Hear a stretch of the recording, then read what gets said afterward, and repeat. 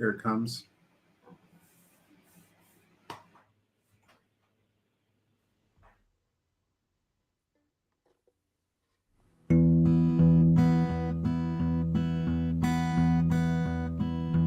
Go your own way, stones and shadows bite,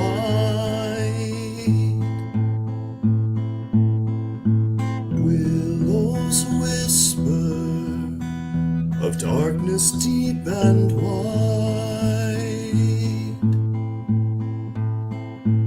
In the forest, there is no place to hide. Strange paths. Tonight I fear that I will not survive the dying of the light.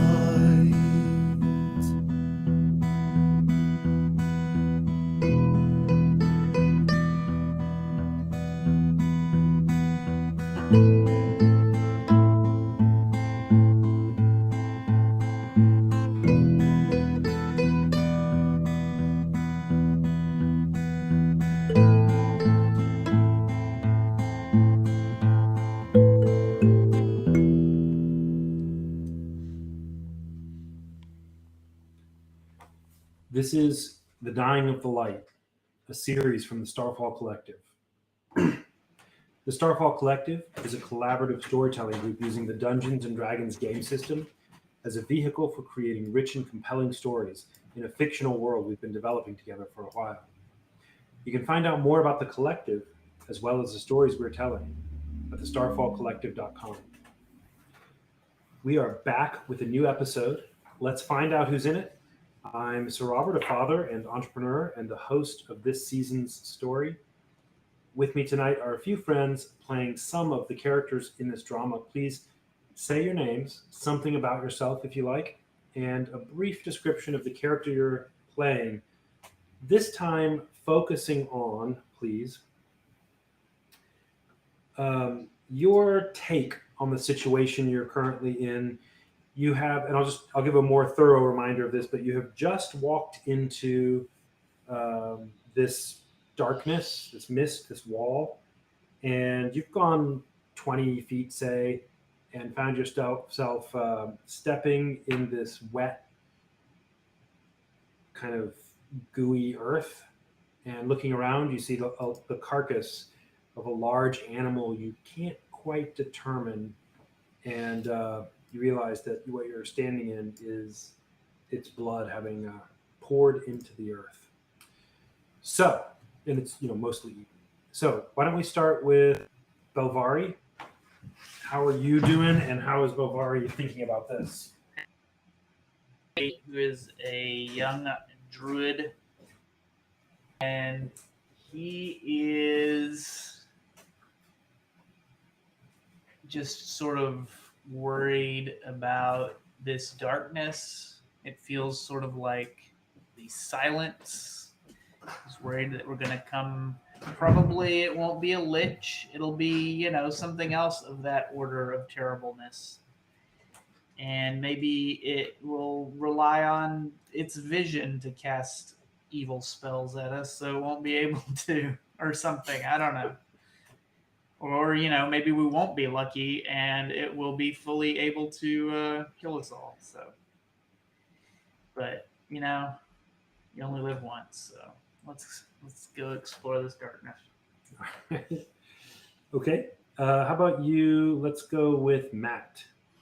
Hey, my name is Matthew Talamini. I'm a writer and web developer based in Providence, Rhode Island. You can find my stuff at MatthewTalamini.com. That's Matthew TALAMINI.com. I play the shirtless wizard Diamondback. I think Diamondback really wants to he wants to save Yoshka. Second, he wants to get Inkatink's focus, if possible. And third, he wants to figure out what in the Sam Hill is even going on. Now, tell me if, just to make sure I understand correctly, when you say save Yoshka, is that shorthand for save Yoshka Nena, or is it? Are you actually focused on Yoshka? It's mostly shorthand for that group, Okay. but Yoshka is probably the most important of them to Diamondback.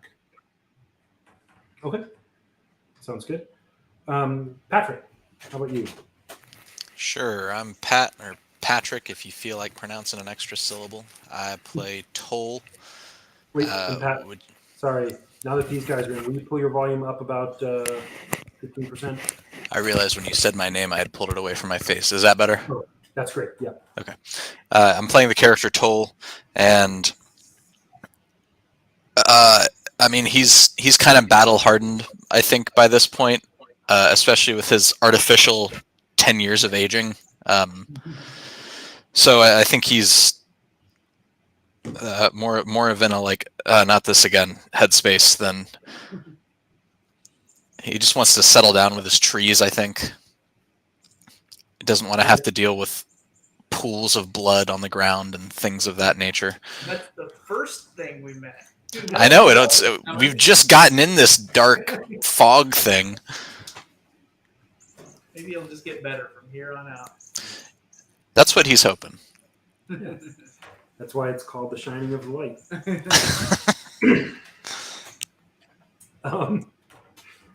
Josh, how about you?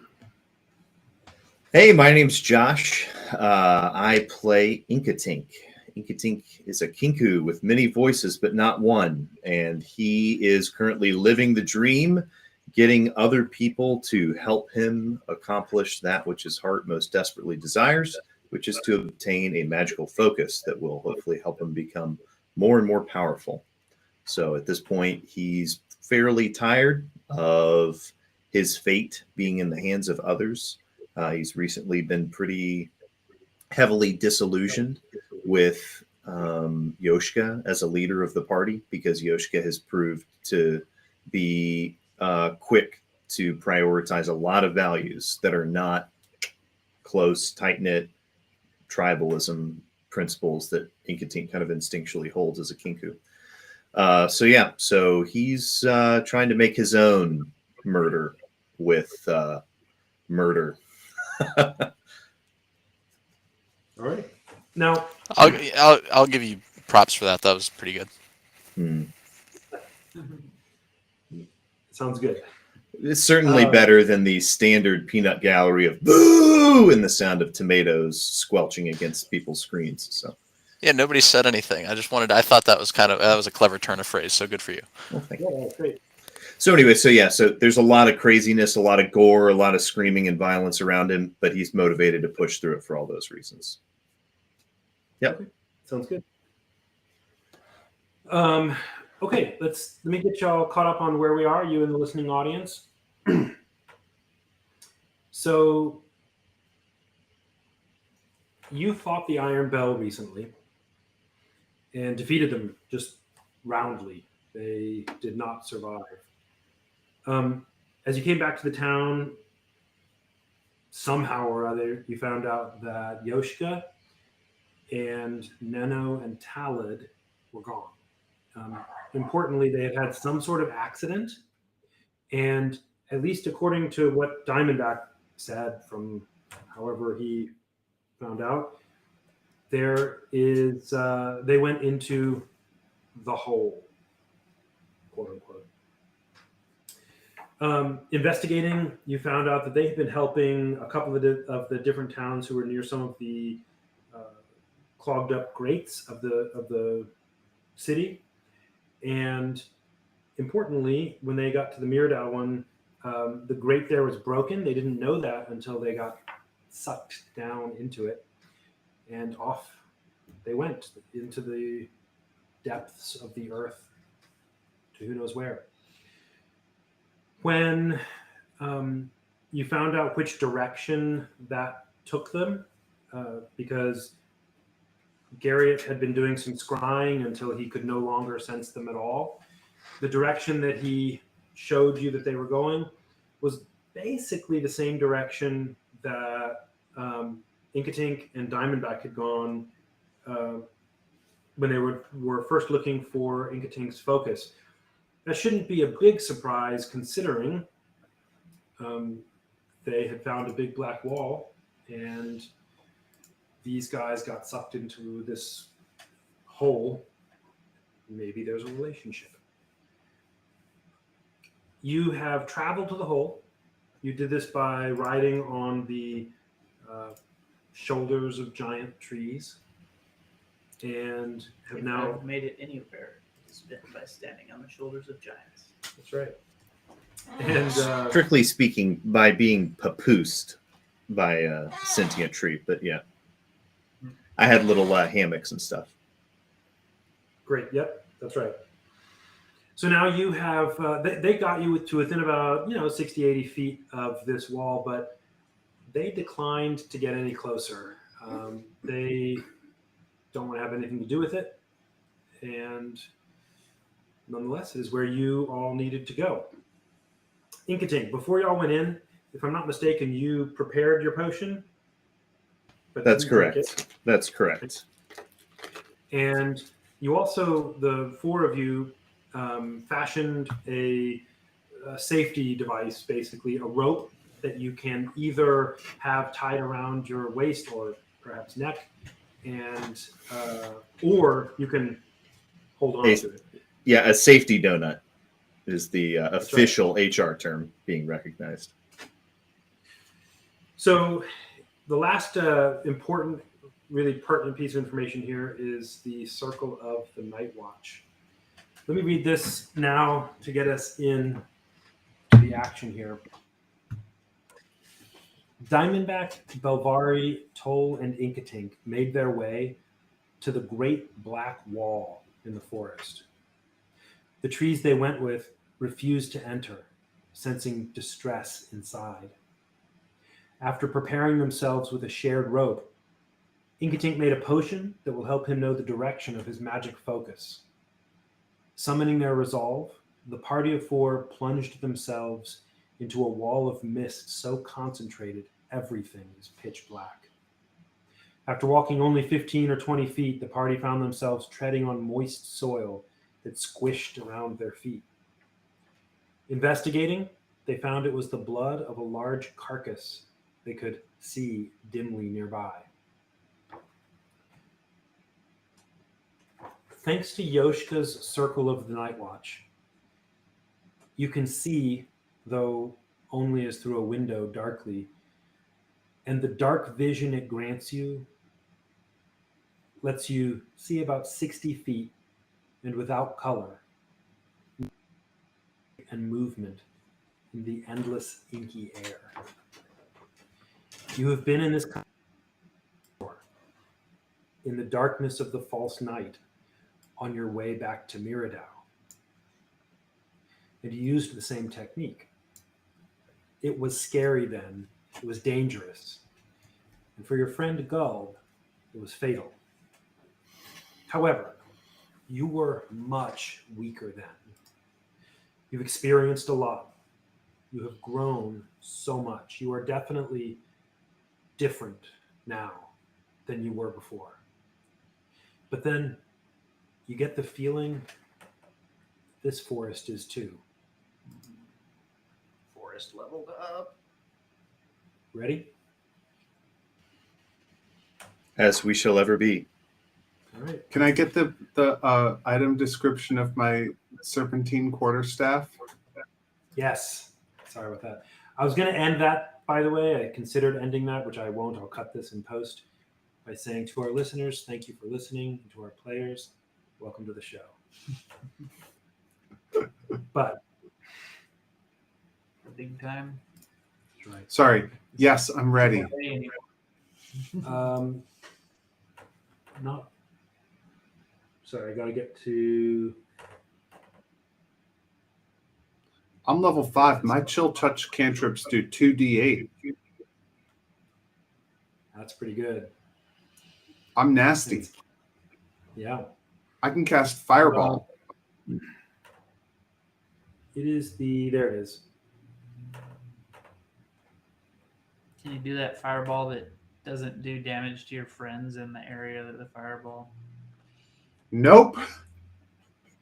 That's I believe that's sorcerers. Yeah. You got to use meta magic points for that. That What is good are you to us then? well. Last time I cast fireball, I rolled like of the Yeah, 8d6s, 4 of them came up 1. It was the most pathetic fireball. Yeah, and when I cast Erupting Earth, I got 2 out of 3 12s. And I think the other one was like an 8 or something. It was a pretty good roll. It's a great roll.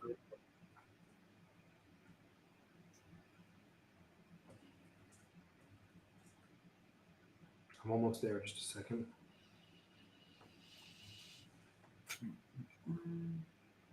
I've got powers I haven't ever used before, but I've been wanting to. But it has to get bad before I can use them. That's the secret to not getting into an arms race with the DM.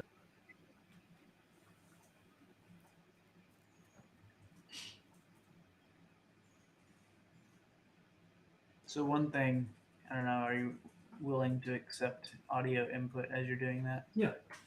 Belvari, as we go, will be using his Druidcraft to try to, like, one of the things it can do is light a small campfire, but he just wants to do whatever that effect is on, like, the trunks of trees as we pass by them to, like, put a little mark on them, not actually set the tree on fire.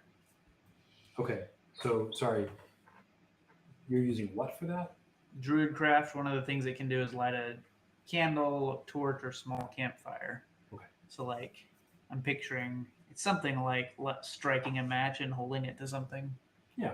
So yeah, just Kind of like you're rubbing it with something that glows, a little glow in the dark type of deal. yeah. In this particular case, you would only be able to see that mark while holding the torch. Gotcha. And, That's fine. and that's Druidcraft, you said? Mm-hmm. Yeah, which is As we go through the forest, also, Diamondback's passive investigation is 16. His passive insight is 15. And he is looking all around trying to figure out what this place is. He is actively, passively inciting. I mean, if it's active, I can roll for it.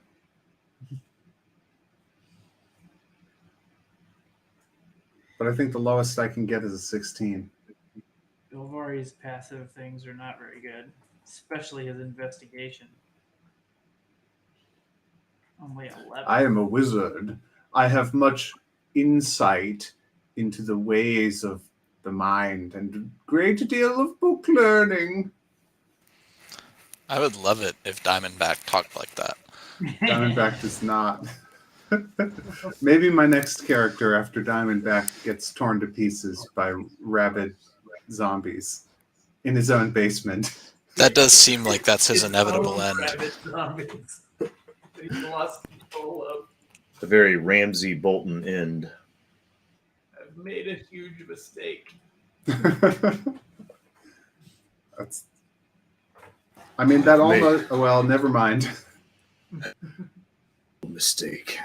Josh and the DM know how many times that's almost happened. Almost there. I will never financially recover from this. I will never financially recover from this.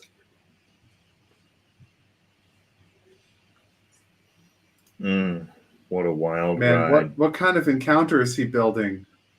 No, this is me updating your staff. Oh, I mean, I wasn't super serious, but thank you. Oh, well, here we go. No, I do Oh. want it. I definitely want it. It, you know, if it's a useful thing. And I think at some point, my tree stride is supposed to regenerate every day, but not on every long rest, or it doesn't when I do a long rest.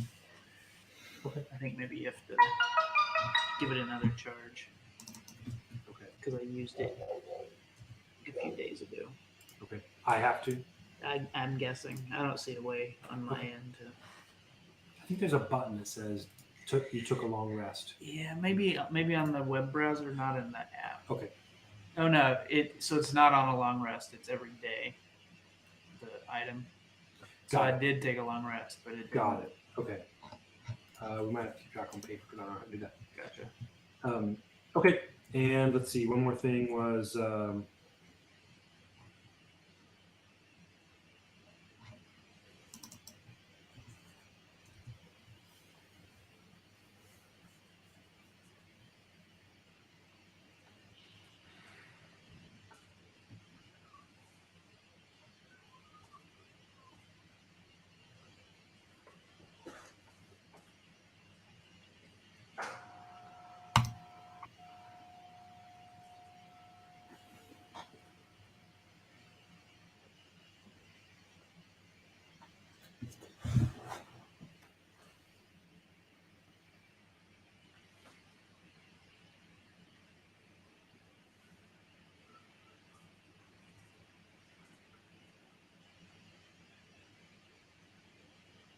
Okay, I'm ready.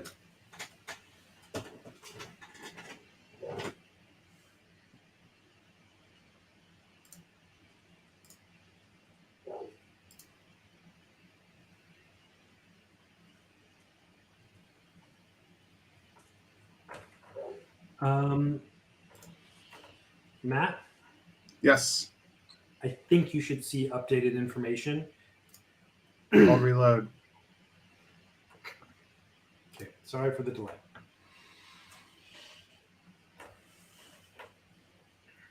No. You want me to read it to you?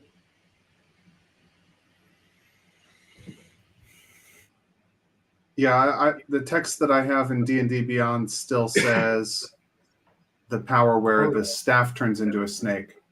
Yeah, sorry. You know what? They updated on like a cron or something. I don't know. I forgot about that. I'll just read it to you, okay? Okay. I'm going to read it to you slightly edited, given the party and some stuff. It still has its old description, but when the quarterstaff holds a magic focus and blank, it can be used only by that creature, that's Diamondback in this case, to turn into a snake, that's to turn the creature into a snake up to CR 4. It cannot turn into a serpent on its own. The wielder of the staff can switch between either form at will as an action.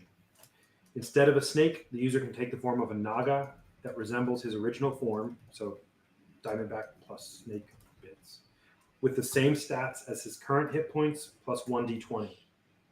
Turning into a naga can be done once per long rest. In serpent form, if reduced to 0 hit points, the wielder of the staff reverts to human form with their previous hit points, current hit points, losing his next action. Without a magic focus, the quarterstaff may be used by anyone. Fair enough? That's awesome. Yeah. Okay. So let's get into it. Here's what's going to happen, guys. You are in this dark night, and this is like your false night, right? It's pitch black everywhere. You know already that there are just creatures roaming around in here trying to survive. You are going to encounter those creatures randomly by my roll. And the creatures that you encounter are selected random by my roll because they're just random creatures roaming around. They also can't see though, right? Creatures that can't see, can't see. Yeah, there are some maybe that can see. You never know. It's a crazy world. If we see a group of creatures all holding a seemingly magical torch. You're looking in a mirror. So yeah, we're gonna roll for this, and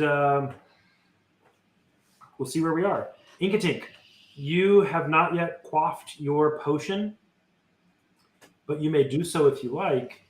As it is, you stand in the darkness near this mostly eaten, hollowed out corpse of some large, who knows what, a bear or an Etten or something. What do you want to do? Everybody, what do y'all want to do? What's the time limit on that potion? In y'all's experience, it has lasted 6 or 8 hours. Oh, Could be longer. I think that's plenty of time. So I don't think Inkatink wants to take it yet because it still seemed like it was a long way off, and he at least still knows the direction. Well, I suppose he's inside the darkness, so he can't really hold that direction. Yeah, I guess he's probably going to need to go ahead and take it, because if they're ever going to be in an emergency situation and run, he needs to be able to point Belvari in the correct direction. So he's going to go ahead and take it and tap Belvari's shoulder and point in the direction that everybody needs to go, and kind of snap his fingers like time is of the essence. And just to remind everybody, the reason he's saying Belvari is the appointed standard bearer. He's the holder of the torch. Should they get knocked in some way, he's the one who will not let go, and the others are the ones who are charged to let go if that were to happen, for example. But we're connected by ropes, our safety rope donuts. I believe it's called a safety donut. That's right. Yeah. Okay, let's do it. Head that direction. You, Inkatink, quaff this potion. You are standing at this animal, and you start walking in the direction that you need to go. You don't know what direction it is relative to where you have just come from, but it doesn't really matter. Walking another 15 feet, 20 feet, you figure out what the animal was. You see most of a head and part of an antler of a giant moose that seems to have been dragged some distance from the corpse and gnawed on. Where the gnaw is, nobody knows. At least you don't. As we're walking, what's the experience like? Are we seeing like 20 feet ahead, and then the darkness gets? You see 60 feet. 60 feet. And again, you're restricted by things like if there's a tree, you can't Right. see through the tree. But it's like walking in the forest at night and being able to see 60 feet. It is black and white, and it's not like really bright. It's not like it were daylight. It's like Glasses kind of at night. Yeah, or maybe in real life, like at night with an overcast night, but with a full moon. Gotcha. That kind of situation. Yeah. You find yourself walking. What are you trying to do as you walk? Are you trying to go slowly, carefully? Are you trying to go quickly and cover ground? Let's try to cover ground, and I'm going to be keeping and also an eye out for anything that maybe we can edge around, as we, if we hear a pack of wolves killing something, maybe not rush into that situation. Do you think it would be worth it for one of us to wild shape into something that has good hearing? Sure. Yeah, that'd be good. Get advantage on perception checks. To talk about how to communicate after you were all shaped. And just to let you know, if you wild shape, you have to have a hand that you can put on the torch if you want to be able to see. Right. Oh, true. Yeah, you could follow along blind, but or be a monkey, right? Oh yeah, but I can't imagine their hearing is all that great. A giant-eared monkey. Well, I have I've heard of questions, those. Sir Robert. Lemur. Yeah. Here are some questions. Okay. Ear and hand. That kind of monster. Ghosts of Saltmarsh. Okay. That's not a question, but I like it. has a giant coral snake in it. Okay. The giant coral snake is CR4. Okay. Can I be that? Why? And how long does the transformation last with my staff? As long as you're doing it. Nice. Good to know. It also has blind sight, but only 10 feet of blind sight, so possibly useful in this darkness, but we don't know yet whether blind sight is useful here. You absolutely may use that. My understanding of blind sight is that it is not a kind of sight. It's an awareness, like a kinesthetic awareness of your environment around you by Daredevil. Yeah. I mean, it's probably not blind always, smell, right? Because he's got a Jacobson's organ, so he's got telescopic smell. Yeah, So they use blind sight for any kind of senses that are equally Yeah. accurate to sight, but not actually using vision. blind, but you still can see. I mean, So pit that- vipers can see infrared too, so it could be that also. But So that is Sorry. not a magical sort of sight that this mist oppresses. You're Sweet. okay with that. Yeah. Okay. So yeah, let's do it. You walk for I have not turned into a snake yet. okay. Keeping it in my walk back for pocket. 5 Okay. You walk for 5 or 6 minutes.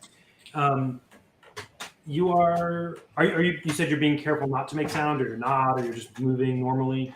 Moving normally, but listening. Sure. And Being will, attentive. And as I adjust. go, I'm, like I said before, I'm trying to figure out what's going on. I'm looking around. I'm sort of trying to investigate as we go by things, but staying, obviously staying with the group. So this is a normal forest as far as you're able to tell, except for the obviously extreme darkness of it. Normal in the sense that it's not, the trees aren't different specifically. It's just Garatone's forest with this oppressive blackness. You've walked for 5 or 6 minutes. Things seem like they're going pretty well. You're able to make a good straight line in the direction that you're trying to go. The ground is level here. It is nothing unusual about it. No hills to speak of. You're just walking over.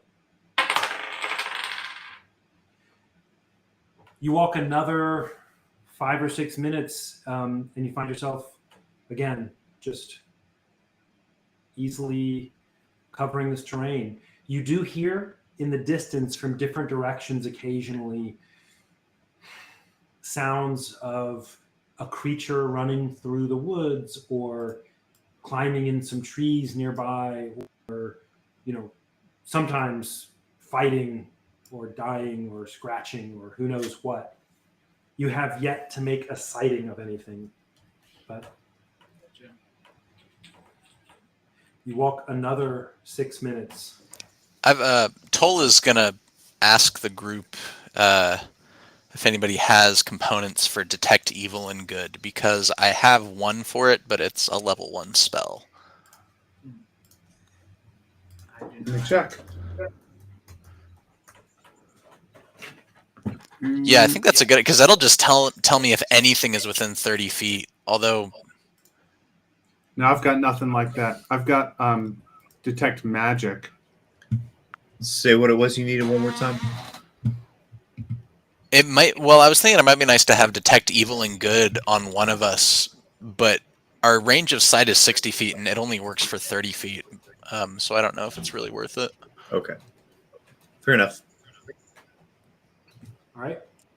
Let's see here. Oh, does anyone have fairy fire? Because we could cast that on something that appeared within our circle that was too big and looked like it was going to kill us, and we could all see it even if we let go of it. I've got fairy fire. Would fairy fire pass through the? It'll do its effect, but you won't be able to see it. Oh, gotcha. So it's actual light. Fairy fire is real light, not like Yeah, it's yeah. Oh yeah, yeah. It's not a other thing. It's actually giving a light. Okay. Yeah. Yeah, so that probably won't help. I see what you're saying. I guess as it would give us maybe a little bit of as it's reaching out. We'll know 1 second before it hits us. Right.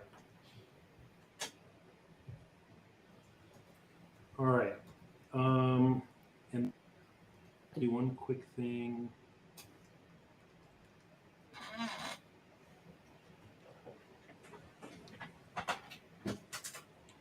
I forgot about one small thing here. Okay.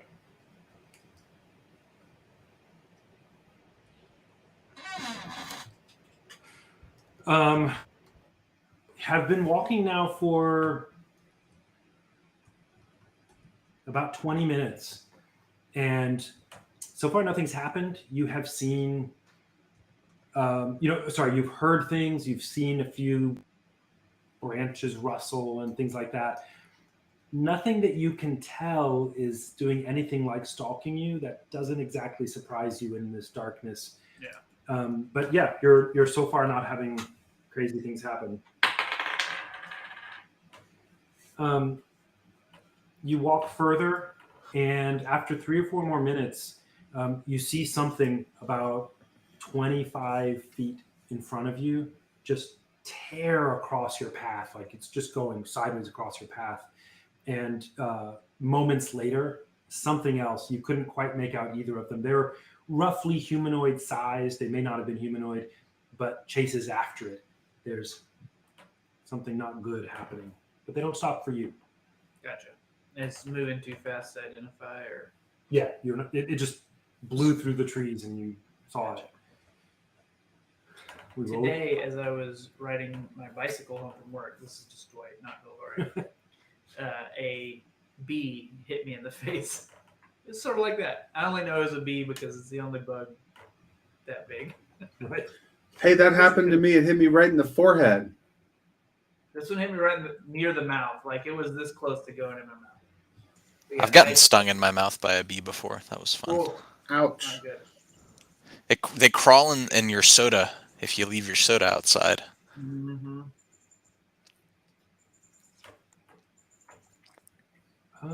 Sorry, 1 second here. What's this going on?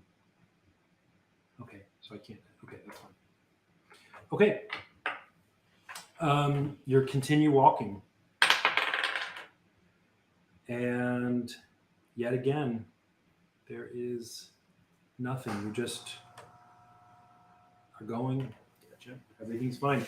So We're awesome. far, this has been an uneventful 45-ish minutes of just going. Gotcha.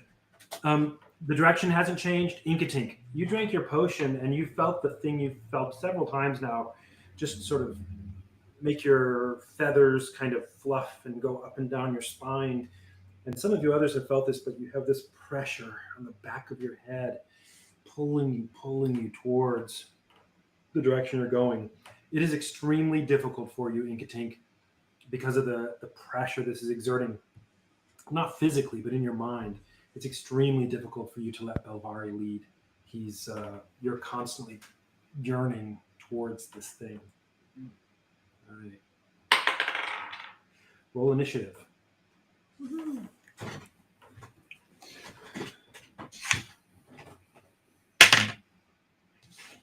Ah! It was at a 19 and it flipped over to 1. Looking at a 12 for Diamondback. 1, 2, 12. 7. All right. You're muted, Josh. Hilvari thought that he was He got an ready to 18. go, and then his pants fell down. Yeah, So he had to- I accidentally rolled it a second time, but it's an 18. Yeah, it entered automatically. Okay, Nice. so you are. Sorry, let me get to. There it is. You are walking through, and it's been nearly an hour. You have not had any difficulties here at all. However, as you're traveling, suddenly, coming at a pretty quick clip, you see this creature. It appears to be coming straight at you. Whether for you or not, you can't tell. But it is not happy. It is not is not being cautious at all. It's not in a good headspace. It's not in a good headspace. This creature, I'm just going to describe it to you briefly. Sorry, I had to pull it up. That's why I was filling it a little bit. This creature, the only thing you know about it is it has a putrid, disgusting smell. It's crawling almost like a really large centipede, and it has trailing behind it as it comes from the south. It has trailing behind it what seem to be bits of carrion and disgustingness. Maybe it's attracted by the blood on your feet, if you still have any. You don't know what, but it comes at you and is coming directly towards you. Inkatink, from where you are, you see this creature coming first. It's large. It's big. It's probably equivalent size of like a horse, except it's this low, sort of slimy, crawling, slithering creature coming straight at you. What do you do? So Inkatink is going to cast Find Steed, and a enormous warhorse with a strength of 18 is going to appear as he uses this magic. And if he can, he'll use remaining move to try to, try to help others on. Like everybody's going to have to make a coordinated effort to climb on this thing if at all possible. It's got a strength of 18, so I'm just trying to figure out how many of us can fit on this. Josh, what's the casting time It's just one round. on Find Steed? We look instantaneous duration. Casting time, though. Casting time, 10 minutes. 10 minutes. Okay. What are you using for this? Do you have components? Yes, he had asked for some help, and he managed to get some Find Steed components out of Yoshka's pack. Okay. So I just decremented those. That's 10 rounds of combat to cast, though, right? 60 No. rounds of combat.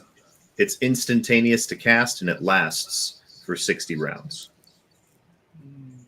Casting time is 10 minutes. Nope. No, it's instantaneous to cast because you're using components. That's the casting time. And it just arrives.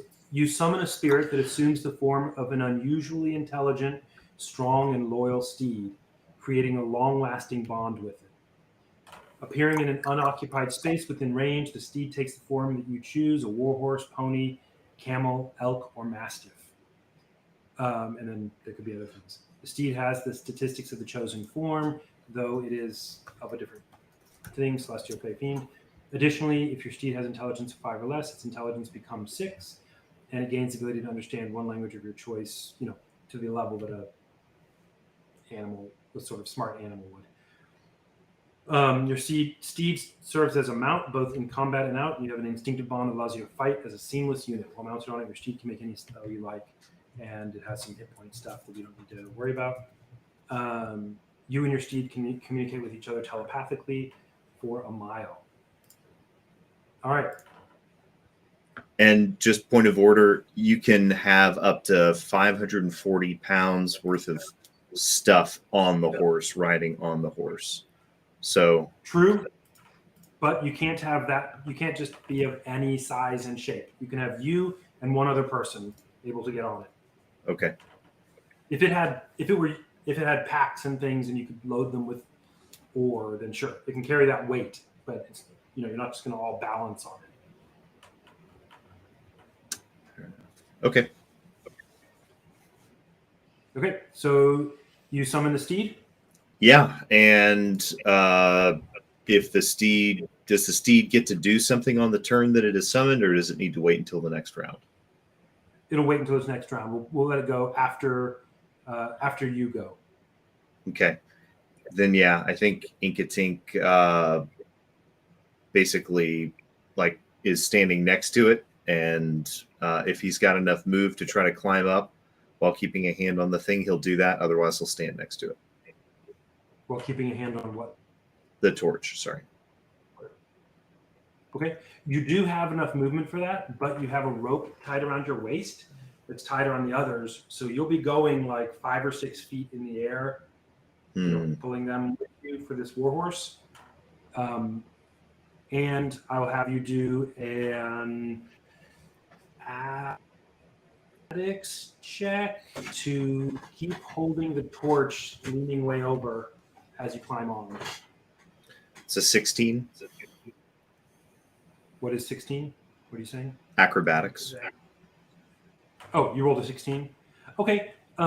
You are able to get on, and you are roll me now a d20 for slide. Sorry, roll me a sleight of hand. And on DC, let me get my DC set. Okay, got it. What you got? 24. Okay, you are able to keep hold of the torch. The rest of the party is now hands overhead, grabbing the torch and pulled up next to the side of the warhorse. If y'all are Diamondback willing. hisses, "What are you doing?" The safety donut. The safety donut. We're all tied to you, man. What are you doing? It is the warhorse's turn. What do you want to do? So if the warhorse moves while everybody's tied to the warhorse, is everybody just going to get dragged? They are not tied to the warhorse. They're tied to you. Sure. If I make an athletics check, can I basically just drag everybody out of here? No. On your next turn, you could try that, and we'll see what happens. But Okay, so right now, if the warhorse moves right now, and I'm on it, something's going to happen. You're going to yank us all off our feet, and we're going to be prone, and we're going to take some damage from being dragged along the ground. you will find out what happens if you try it.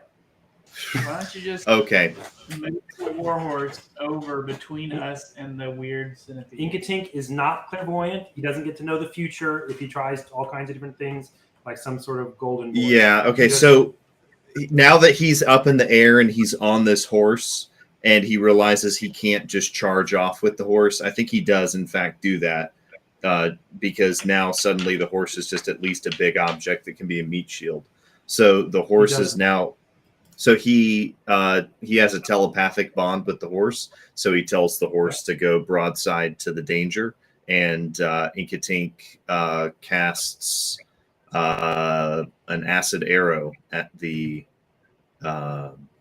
beast. So how are you casting that acid arrow? I have in a bundle that So I you're received. doing this on your next turn? Are you ready? Oh, when that's my turn. Sorry, the horse is now turned sideways, and I was conflating my turn. The horse turned sideways, so. Okay, sounds good. It is now. Let's see. If the horse gets an action, can't it also like do something defensive? I don't remember what the term is. Can't it like brace itself? Oh, interesting. Yeah, I guess it could take the defense action, so it gets a bonus to its AC. Okay. Yep. That sounds good. I'm game for that. Let's see. Diamondback, it's your turn. Inkatink has summoned this horse, which is now has jumped up on it and pulled you all close to him. You're reaching up, trying to hold on to the torch, and the horse has now kind of positioned itself on the south side of you between you and this crawling scavenger.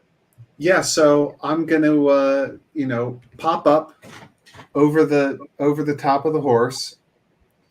I'm going to fire off a quick chill touch at the monster, and then I'm going to pop back up down. over the horse mean in this context? I'm currently behind it, right? The horse came in between me and Uh-huh. Yep. so I don't have to go above it, but I'm going to go out from cover, Okay. and then I'm going to shoot at it, and then I'll get back in cover behind the horse. You have only movement. The only movement you can go is up without letting go of the torch. You're stretched up really high. Cool. So that's what I do. Okay. You go up and what is it you cast?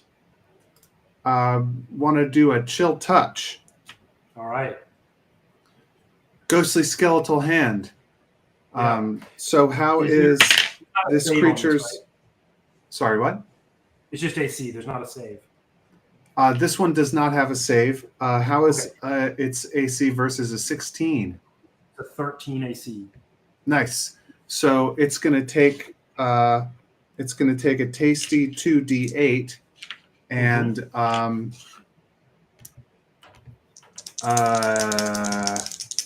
it can't regain hit points until the start of my next turn.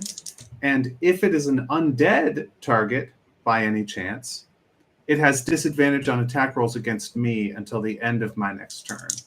Okay. Let's see that damage. Just going to be 4 damage, 4 points there.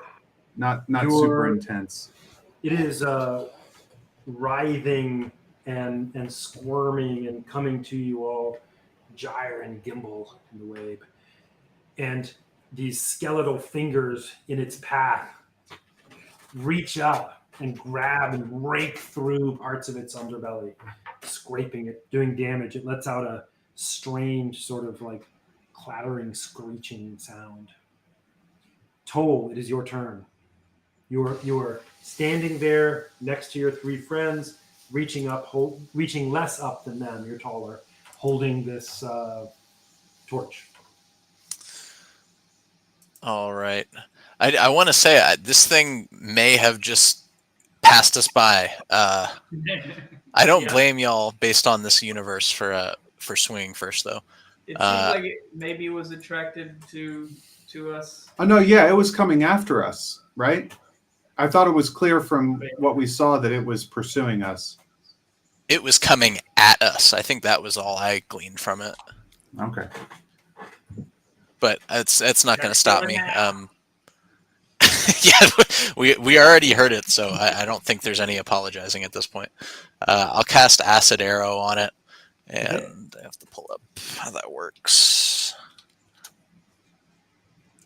Who's after Patrick? Get your move ready. Yep. After Patrick is going to be this creature and then Belvari.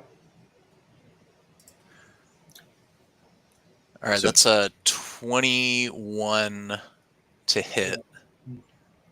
How much damage do you do? 44. Okay. 44 now, and then another 2d4, I believe, at the end of its next turn. Yes. Sounds good. That's going to be 11. All right.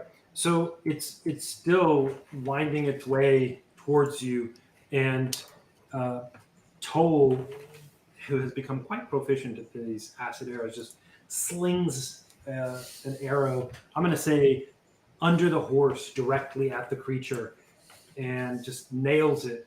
Acid sort of splashes on its exterior form, and you can hear it sizzle as it moves towards you, doing significant damage. The creature is impaired, but not out of its place. It streaks towards you, and let's see here. Sorry, I need to check one thing. Here we go. It streaks towards you and is now only about 15 feet away from this warhorse. Let's see. It is still clambering and scrabbling on its little, well, large-ish, but little for its size, many feet, but just gets closer and closer. That ends its turn. Give it 2d4 more damage.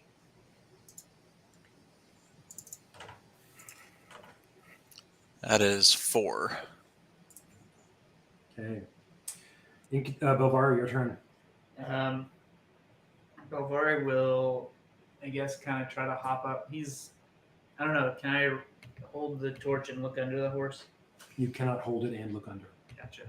I will, I guess, kind of jump up and try to put one hand on the horse's back and look over and use mold earth to cause the area 5 feet in front of the creature will become difficult terrain. Okay, which is half movement speed on its next turn. All right, sounds good. Anything else on that? Okay. Inkatink, your turn. So Inkatink tries to cast Eldritch Blast at this creature and casts a 12. Rolls a 12.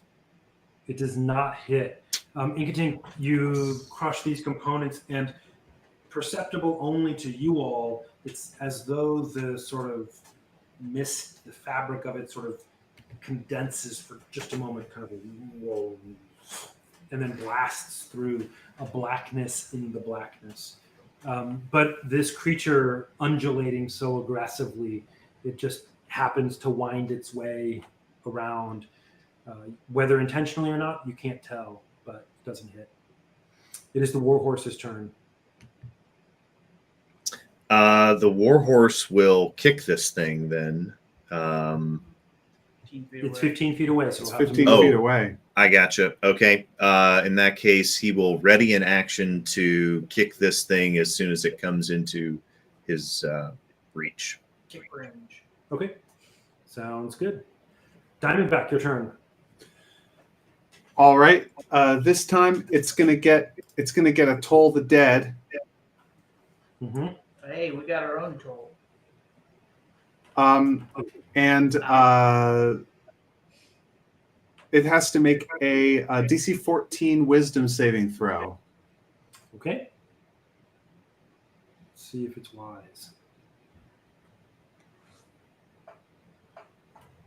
Come on, Centipede, be dumb. 17. Ouch. Nothing happens. Okay. You hear a sound of a dolorous bell. Dong, dong, dong. This creature, though, seems unaffected. Toll, your turn. All right. I don't want to use the rest of my acid air components yet, so I think I will cast Acid Splash. Okay. And I'm sorry, I was trying to decide what I wanted to do, but I'm pulling it up. 60 feet range, and it's... If the thing doesn't say I have to make a ranged spell attack, do I? Because it is a ranged spell. What spell is it, did you say? Acid Splash. It doesn't If it's a specify... ranged spell, then you have to make a ranged spell attack. Okay, because I think most of the time it says that you have to. I mean, It's I'm willing not. to. It says that the target has to succeed on a dexterity saving throw or take 1d6. You just throw it, and they have to dodge. Right. Okay, Yeah. cool. Yeah. That's what I'm doing then. Bubble of acid. Okay. And so it's, what is it? Rolling So against? that's technically not a ranged spell attack. Correct. It needs to make It's a what a semantic D13 distinction. dexterity saving throw How do you know it's DC 13? because that's the standard target. Like for just unless Robert says it's 12 or 15 or whatever, just typically out the gate. No, it'll it's- be No, your spellcasting bonus plus your proficiency bonus. So it could be 14 or 15. Let me pull up Toll's character sheet. but it's probably 8 plus 2 plus 3. Yes. Yeah. Yeah, Josh, that is exactly right. I think it'll probably be 13. Your spell unless you- attack is +3. Yeah. So, And then what's the oh, his choose from? spell Okay. attack is plus 3. And if he's level 5, his proficiency bonus is probably +3 as well. I'm do level have- 4, and my proficiency bonus is he's plus level 2. 4. Okay. Never mind. So the guy rolled a 15, which I think beats it. Yep. All right. This undulating form keeps coming closer. Why are we so Um, pathetic at cantrips? It is its turn. It gets into this. As it approaches from Belvari's casting, the ground seems almost to boil near it with rumbling. And throwing it off and making it travel much slower in this section. 10 feet away, it lashes out with long flail-like tentacles at the warhorse. Let me see what it's. The warhorse has an AC of 11. This guy rolls a 16. It does 6 damage to the warhorse. Let's see. Hit points. Okay, got it. All right. Warhorsey. The warhorse is at 13. The creature then, still, attacking. Oh, sorry, real quickly. Let's see. Now the target, that's the warhorse, has to roll a DC 13 con saving throw. I will roll that real quickly. Con is +1 on that guy. The warhorse, I mean. And so it will roll a D20 +1.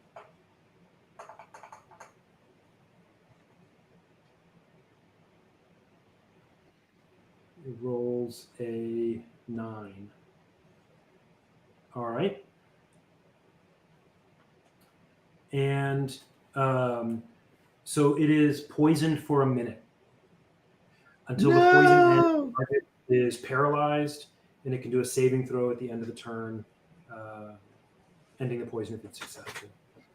This creature continues scrabbling forward, and when it gets within 5 feet of the, I guess it can go 15. So it gets its head under the horse, its sort of front part under the horse, and bites at it with its many-clawed, claw-toothed thing. However, it rolls a natural 1. Ooh, bite itself. Let's see what happens with. Bites its tongue. That's right. So does the horse get to attack it since it came into its reach? It is paralyzed. Well, was the horse paralyzed? So he attacked it from range, paralyzed it, and then entered its reach. Gotcha. Yeah. Okay. It has a 10-foot tentacle or tentacles, and then when it got close enough, it was using its tentacles, and then it got even closer and was biting at it. But it failed quite miserably. The creature ends up actually tripping, slamming itself as it tries to bite, and does a point of damage to itself. All right, Belvara, your turn. This snarling creature is now under the warhorse's legs, partially obscured from your sight. Gotcha. Mhm. It has partial cover. And what are ability checks? Is an attack an ability check, or is it No, an ability check is like, the other stuff? yeah. Like a strength check or acrobatics check. I am not fit for this sort of combat. I will. And I'll tell you real quickly, you'll be able to tell at this point, the creature is significantly damaged. It's like not doing well. Gotcha. I'll just give him a whack with my shillelagh. Okay. I guess. Do it. Switch from spells over to actions. It's a quarterstaff, not a shillelagh technically. And it's a single hand. So a 15 to hit. You hit. Okay, so I do 1d6 plus 2 instead of 1d8 plus 2. It is it's a 4. It was a 6 and it rolled over. They keep doing that thing. So 6 damage. All right. You give it a solid thwack on the head. It's close enough. The head is now under the horse here next to it, so you can hit that part of it. Inkatink, it's your turn. A significant part of this creature is obscured from you, though you can still see the tail end of it undulating in the darkness. You're leaning over the opposite side of the horse, so you'll have a tough time. You won't be able to do any kind of melee on it unless you let go of the torch, but you can use any kind of component that you can get into the general direction of the thing. Okay. In that case, I think he's going to make another ranged spell attack on it with Eldritch Blast and trust that it will be better. This is a 21. So, oh, sorry. Nice. That's what? 10 force damage.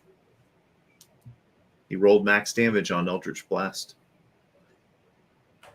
Okay, hold on one sec. All right.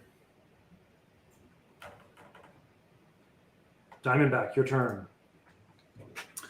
Diamondback, this thing is pretty close to me, right? It is at your feet. The dagger comes out. Yeah.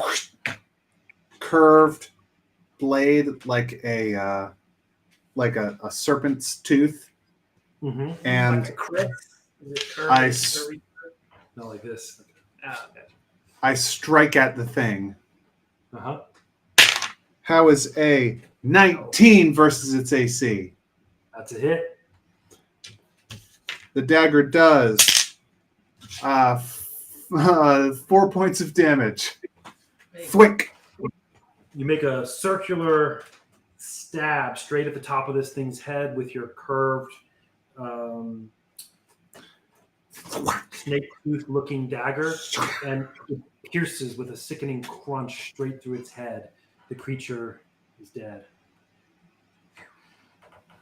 It lays writhing, its tail moving, its head pinned to the ground, and then finally stops. Okay, a putrid stench wafts up to you from this creature. What do you want to do? I wipe its gore off of my blade on whatever.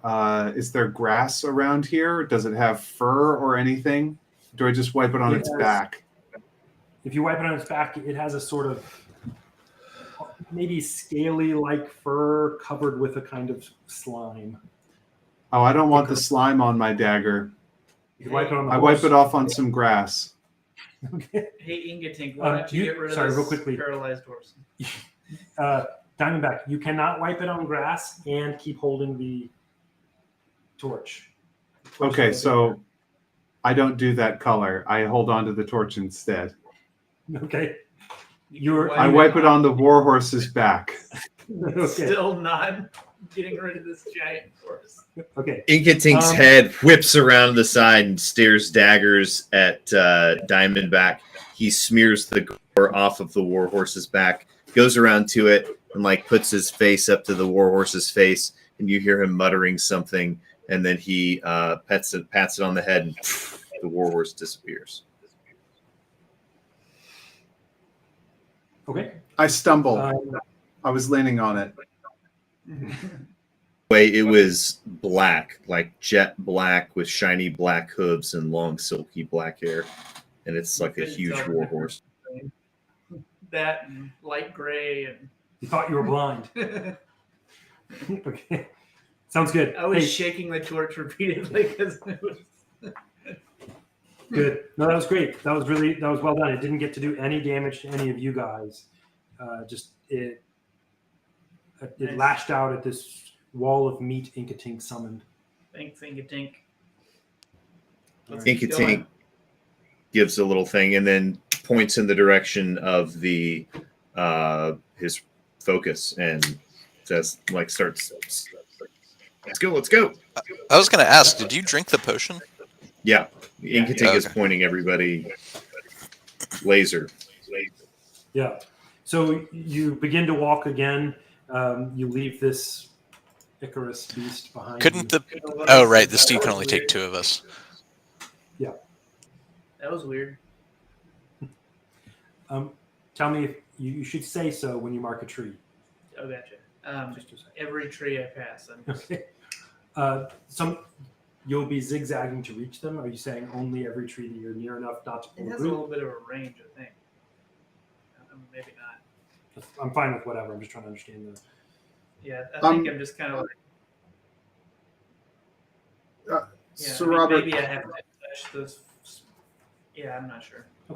actually, Yeah, before well, we see, head out, I can reach out and. Say it again. can Diamondback do something real quick? It's okay with me. Diamondback would like to try and investigate or figure out. This might be a medicine check, or this might be a nature check, or an investigation, whatever you think. I want to know, like, what happened to this animal. Like, what is this creature? What happened to it? Why is it in here? What does it think it's doing? Like, why was it attacking us? I want to figure it out if I can. Roll me a nature check, and either Belvari or Toll as druids can help you if they want, if you want them to. Belvari. 1d4. All right, you get a plus 1d4. Confer with me for a moment. We must try and figure out what is going on with these creatures, why it attacked us.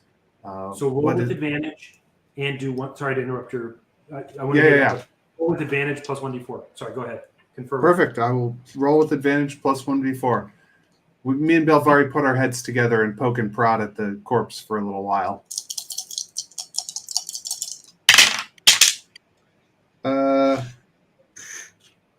Okay. 16 total. Okay. Yeah. With Belvari's help, you're able to come up with a little bit of lore about this creature. He knows of this kind of thing from the forest, although they're not commonly seen in any part that y'all have seen. It's called a carrion crawler. It's a large centipede-like creature that just goes from carrion to carrion, eating what it can find, scavenging for meat after other kills. Is it a beast? It is a beast, yeah. Oh, I could have used animal friendship on it. I thought it was something otherworldly. Well, so I mean, I think Belvari would say, "Hey, these are going to come after us, despite not really being able to see. They can smell us. Let people know that." All right. So So fortunately, it was not. It was not that dangerous. Yeah. Good. You are able to also put together from what you see. It was already somewhat wounded when it came at you. It had existing damage. All right. There we go. Belvari will kind of rub his feet on the ground as they're walking to try to get that ichor from the moose or whatever off of his feet. Mm-hmm. He wants to become more invisible for carrion crawlers. Yeah. Okay. Can you use prestidigitation to clean something? You can. Okay. Inkatink's got a bunch of prestidigitation, so he'll go to everybody and prestidigitate their feet to clean them. Okay. It's probably smelling like it does would make them less likely to come up on us. Well, Fair as enough. long as it's not. I mean, we might smell like a dead one, and then they Cannibalize. I think That's true. the living ones smell like the dead ones, probably. Yeah. It did smell pretty gross. But I've got 10. I could cast Animal Friendship with my staff 10 times, so I could try that next time we run into one, if we run into another one. Okay. Interesting idea, Tull. That might be a let's- good idea. Because this one was already weakened. It could have done us some harm. All right. Get out of here. Let's go. You You walk again in the direction, leaving this grotesque behind you. Stinky pile. That's right. It's you walk for a little distance. It's 5 more minutes, 6 minutes, and nothing. You hear off to the west. You hear off in one direction somewhere. You don't know which way is which. I just gave it away. It's west. Mm-hmm. You hear off in one direction somewhere some sounds of things being unhappy. Walking further. Roll initiative. Yeah. Come on. Let's roll. Get it. Ho! 21. Diamondback blasts it from before it even sees. All right. 19 for Inkatink. 13 for Toll. Elvari with powerful 5. Elvari is like making sure that y'all all are ready and have the ankle, because you have one hand on the torch, so he's kind of edging towards the back, trying to make sure y'all are all clear. That's why he's initiating so poorly. Oops. 1 second. It's all about the low end torque. Yeah. Hip drive. All right.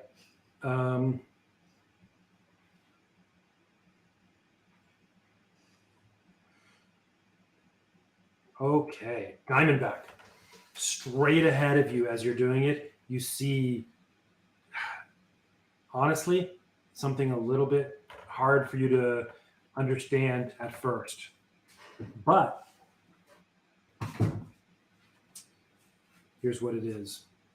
Tag. Sometimes I have to, it's hard finding a description on D&D Beyond. Okay. There's like a view details button. Is there? Let's see. If you pop up in another tab, you might be able to just search it. Yeah, that's what I'm gonna do. I didn't see a view details in the thing. Sometimes the name is a link if you just.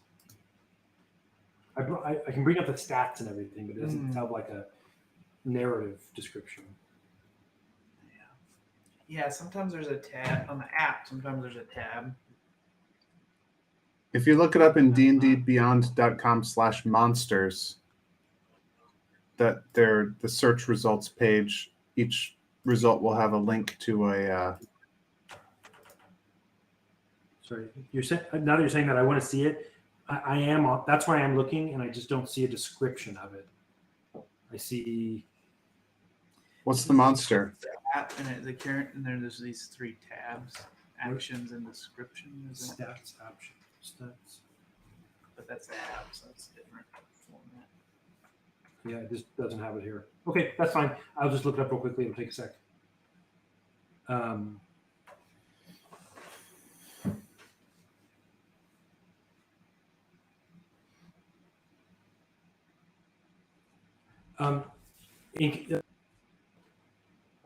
Diamondback. Up ahead, first to notice, you alert everyone to it and they're ready.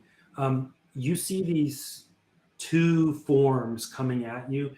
They look humanoid, but are, in your black and white sort of vision, are exceedingly pale.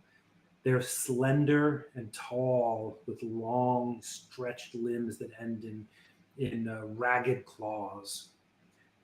Even from this distance, you smell death and rot. These 2 creatures are running at a good clip, but they are basically continuously touching each other in various ways as they run, either with a bit of their arm or a bit of claw. They're just sort of undulating a limb towards each other, running so that they're running in tandem directly, in your direction. What do you do? Do they seem to have noticed us? They're running towards you. That's what you can tell. I guess I say to the others, I start pulling the others to one side, hoping that they haven't seen us and they'll pass by. I say, "Quick, this way. There's something coming straight at us up ahead." Stealthily and quietly, I try to pull everybody 20 feet to the right Okay. to Roll get a out of their stealth. way. Here is my stealth check. What if I roll it in the thing? Roll it with disadvantage because you're all together on a rope. Oh. So Plus, the I've got that armor that disadvantage- disadvantages me individually. So I get a 6 with disadvantage. Okay. So you roll. You try to pull everybody to the side. Does anybody not want to go to the side with Diamondback? No, I'll edge off to the side. Inkatink, your turn. Inkatink, so are they more or less than 15 feet from me? Right now, they are like right at the edge of your vision, about 60 feet away. Like they're just coming into your view, running at you. Okay, yeah, then Did- he's moving out of the way with everybody, but he's going to get out Burning Hands, and if they get within 15 feet, he's going to cast Burning Hands on them. Yeah, did They're they holding- change direction when we moved? You can't see that yet because these two had initiative before them. Oh, okay. We'll see what they do when it's their turn. Yeah, so he takes out the components for Burning Hands and prepares an action to cast Burning Hands should they come within 15 feet. Nice. Sorry, I have to check that because I'm on call. Give me 1 second. Doesn't look like anything for me. Okay. Great. Yeah. So now it's these two creatures again. They're doing this strange kind of almost like contact juggling with each other as they run, and they undulate back and forth in and out from each other. As you all move, and not super stealthily, that you see them both cocking their heads at different angles and angling towards you. Trap. They're not going to go past us. Get ready to blast them. Yep. They are, like I said, just sprinting straight at you, and in the moments that they're coming towards you, they reach you.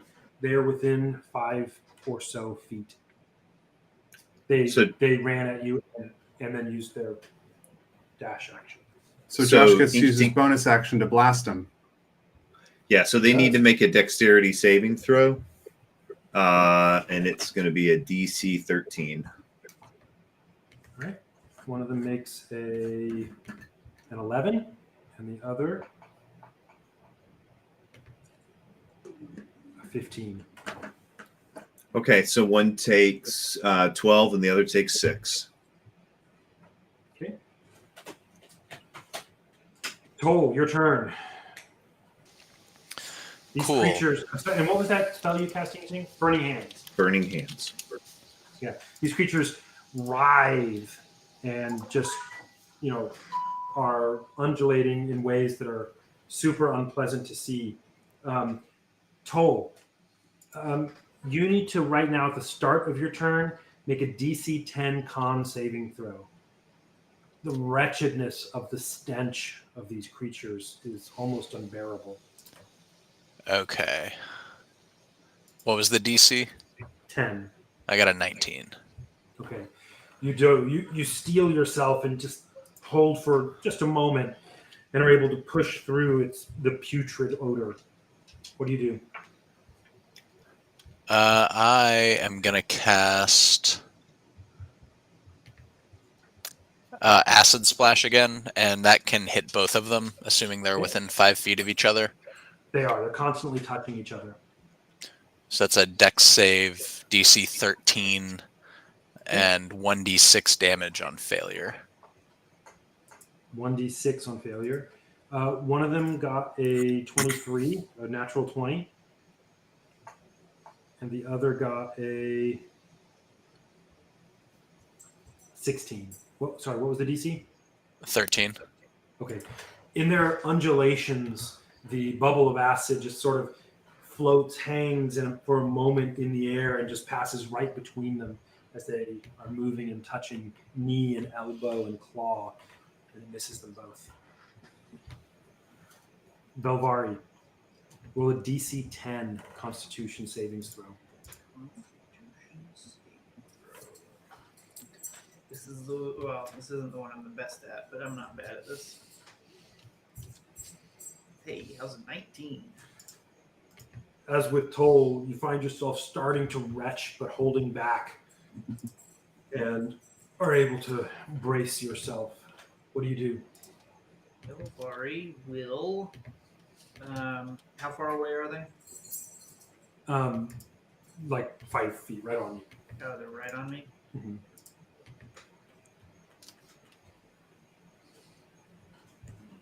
I need to read about this spell real quick.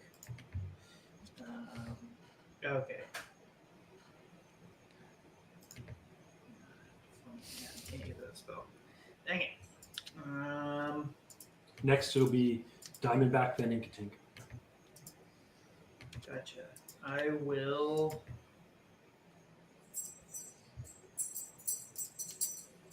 Yeah, I guess I'll hit them with my shillelagh. Okay. They're right on me, so it's their fault for getting so close. One of them is slightly more wounded than the other from Inkatink's burning hands. Okay, I'll hit him because Okay. I don't like him.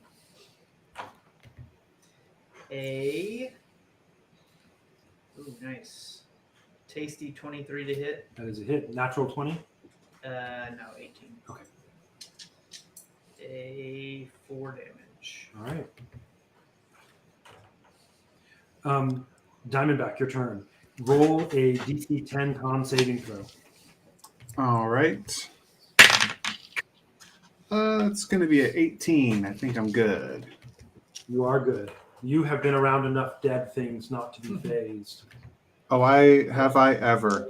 So I'm going to pick the more damaged one, and I point at it, and there's a sound of a dolorous bell. It's got to do a DC 14 wisdom saving throw. Okay. It is rolling. I'm rolling for it.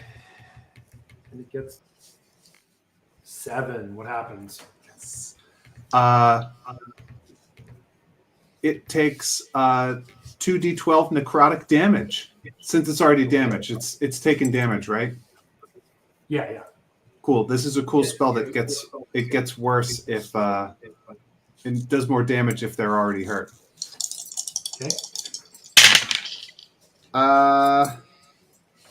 18, a 9 and a 9. Brutal. Boom. This ghastly form, as it gets, it's sort of racked with pain and doubles over in an unnatural and grotesque way backwards as it just reels from the damage you've done. It does not right itself and stays doubled over backwards and just sort of writhing. Its partner in this continuing to trace its claws along its belly, the other one's belly. Inkatink, your turn. So Inkatink is going to, I think, cast another flaming hands on these two. So they need to make it 13 or take the 3d6. Okay, and that's a DC 13 whiz, right? Dexterity. Dex, okay. Bonk. And the doubled over one rolls an 8, and the undoubled over one rolls a 5. Well, they both take 3 damage. The one that's doubled over, you burning touch, you just reach out and just your hands flaming with a barely visible light burn into it, and it's already putrid flesh You hear a sizzling and crackling sound. It collapses to the ground, completely dead. The other one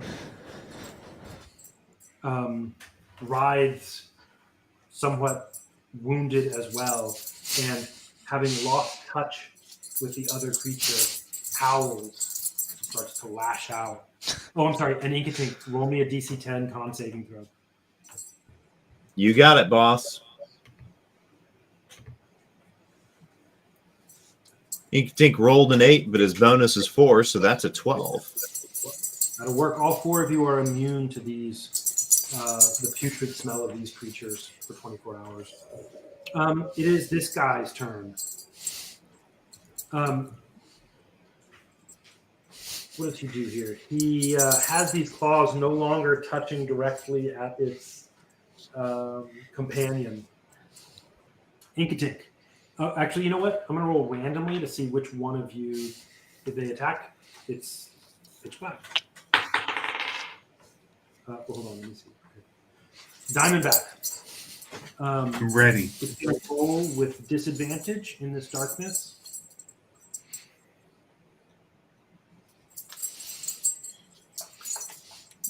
Point of order, is it possible to remove the clangy tags from the collar of whatever four-legged being is?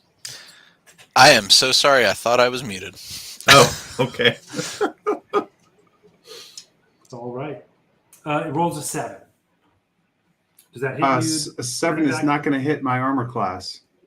Okay, it lashes out at you, but the best it's able to do, Diamondback, is the smooth back of its claw drags across your bare chest. I've got my palm on like its forehead. Diamondback. Toll, your turn.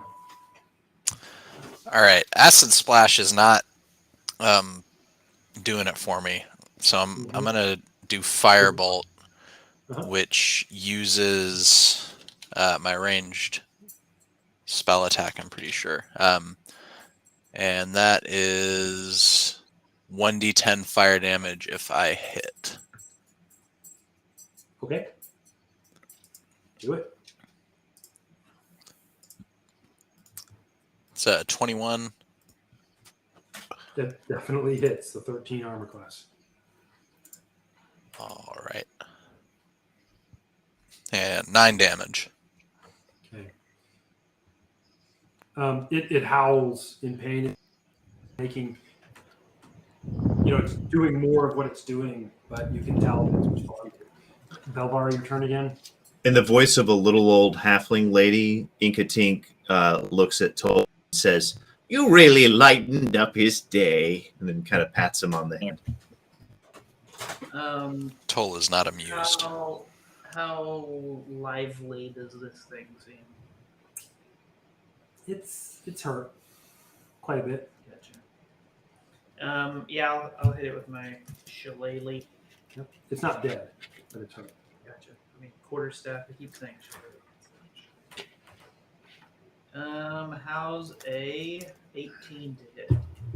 Hits. You do. I do. Nice. 8 damage. Max damage.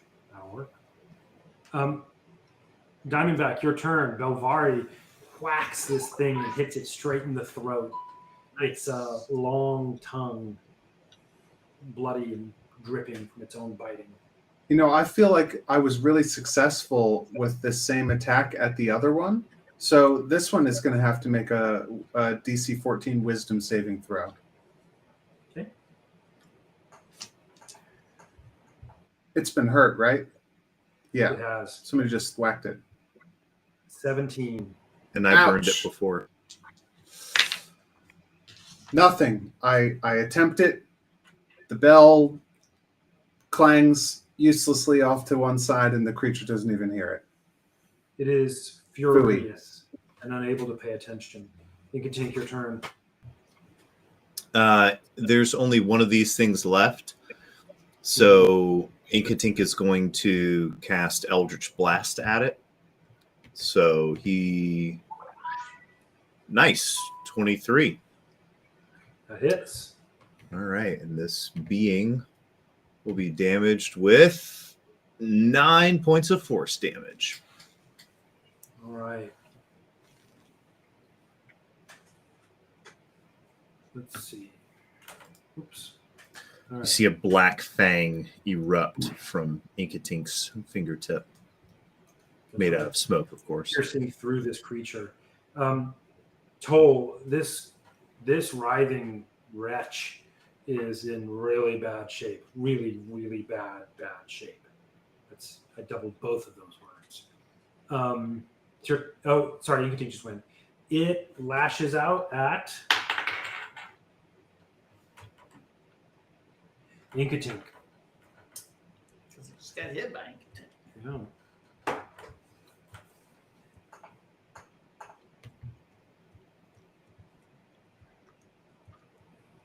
And it's doing with disadvantage because of things. There's only one of them. Does does an 11 hit you, Inkatink? No.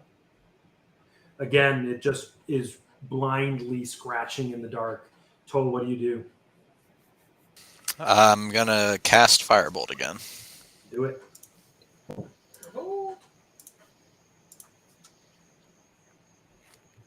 There's only a 7.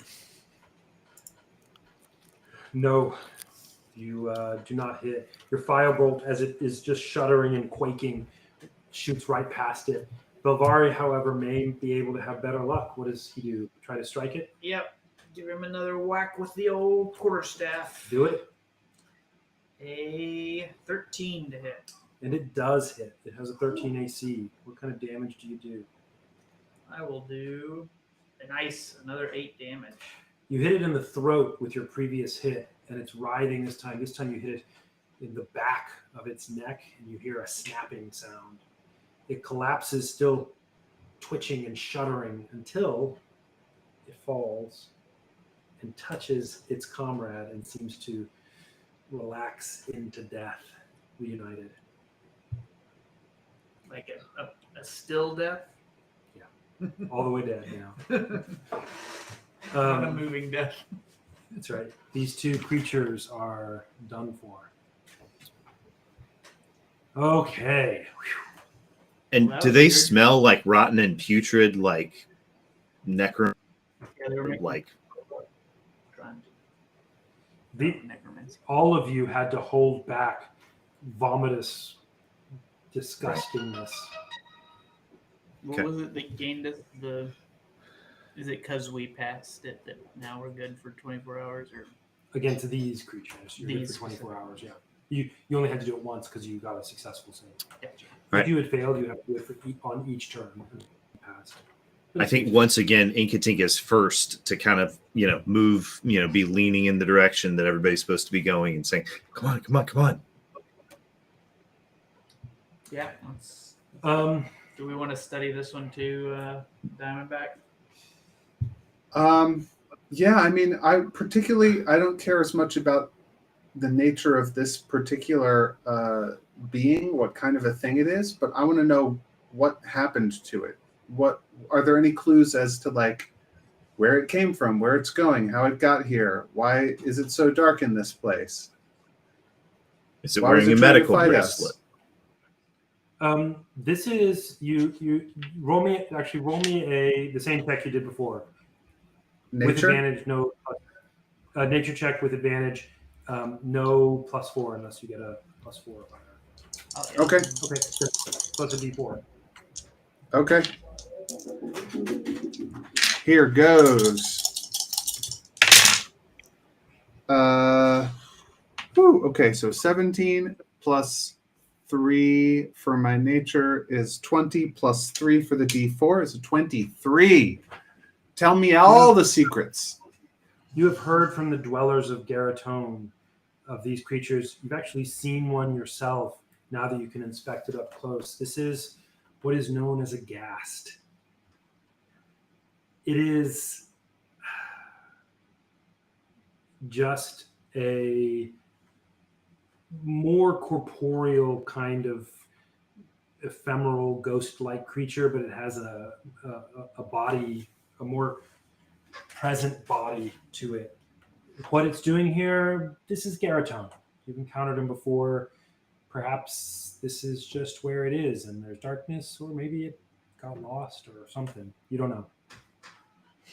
Gotcha. Okay. Is it a humanoid? There are two. It is humanoid. That's tempting. It's tempting to get an undead servant here. But I think that would take too long. We won't have time for that. So we should just move on. So I thank They would Belvari for his help. I tell him everything. We figured it out together. This is a ghast. We've heard of these before, but we still don't know what it's doing here. Mm-hmm. It has been an hour. You have been wandering through and have encountered 3 different things this hour. Just telling you. Okay. Let's roll again. Let's see what's going on. You continue traveling and roll initiative. Once more into the breach.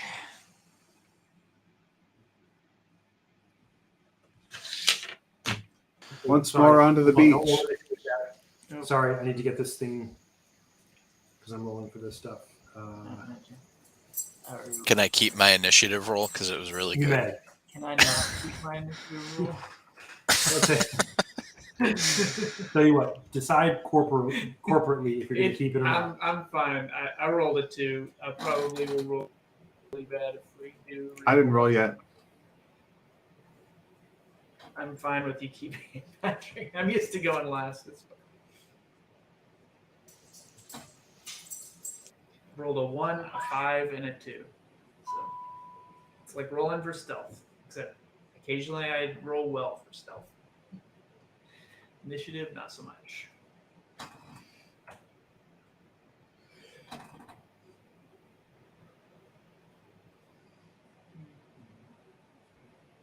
All right. Sorry, I'm going to try to make that thing that's dinging stop. That's Slack, but I can't figure out how to turn off Slack. It stays up no matter what. Oh, wow. Like a toddler. That's right.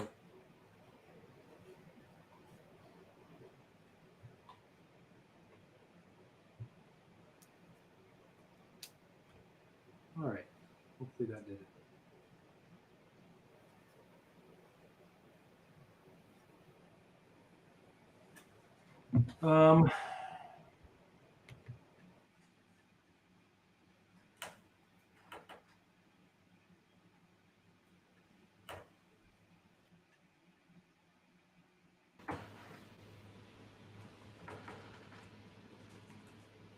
There we go. All right. Let's see if that fixes anything. Tell me your initiatives. Or if you're going to all re-roll them, re-roll them. I got 2. I got a 19. 22.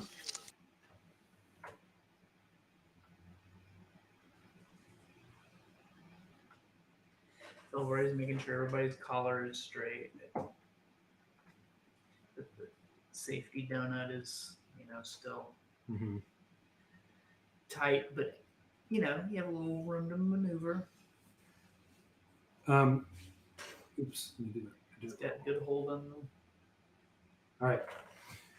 As you are going, creeping quietly through this forest, to your great surprise, out of the blue,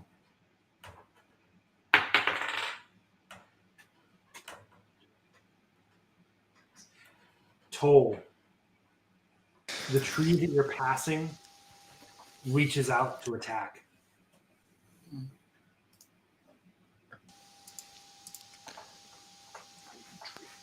Is it a big tree? It is awake. But is it big? Can we see all of it? Toll, does a 17 hit you? My armor class is 17. Which I think tie goes to the attacker, right? I believe Yep. Tie goes to the one who set the AC or DC. by attacking it set the Yeah. Okay. Or that's what happened. Toll, y'all are walking, and I'm you sorry, just I get, said that I was completely wrong. The tie goes to the one who did not set the AC or DC. okay. I don't know what that means in this case, but I've been doing tie goes to the attacker. So Yeah, if your stats are the ones that make it so that it's a DC 12 instead of a DC 8 or whatever, then the tie goes to the other one, the one who's actually rolling. got it. Okay. Toll, just as y'all are walking with no warning whatsoever, you're passing by and you just get a crushing blow to your shoulder for 13 damage. Oh, Well said. Diamondback, you respond quickly, seeing Toll take this brutal hit. What do you do from this tree right here? How close am I to it? You are right there under it. You're at this tree. I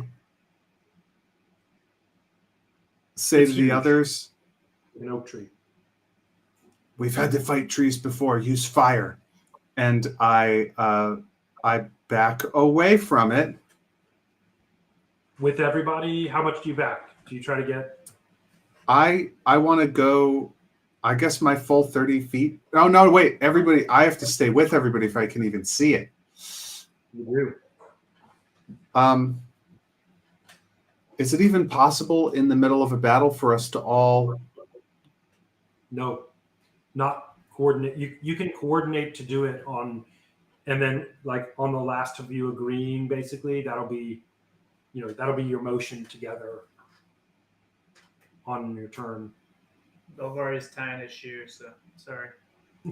So you're just Yeah. you're under the tree. What do you do? I think, yeah, it's too awkward to move. I mean, you can let go and run, but then you're in the darkness. Can I set up is it possible for me to set up a 5-foot sphere that touches the tree, but nobody else, like possibly up, like high up above the ground? Yeah, that's fine. There's plenty of space for that. And possibly Cool. not directly above us. Yeah, like I don't want it to hit us at all. Fiery oil down on us or something. Yeah, so it's gonna have to make a Dex 14 saving throw. Let's see what it rolls. Actually, hold on. Rolls a 10.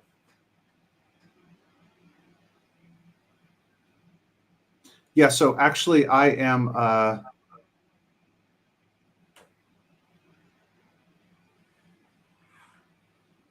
okay, so what I'm actually doing is I'm creating this sphere Okay. like 10 feet away from it, and then I'm using a bonus action to move the sphere 10 feet into the tree so that I ram it. Okay. And so my action is to cast the spell, and that makes the spell appear. And then my bonus action is to move the spell onto it. So that's Sphere when of it what? has to make the Dex saving throw. It's a sphere of, it's a flaming sphere of fire. Okay. You do And so- you can see a dim flame.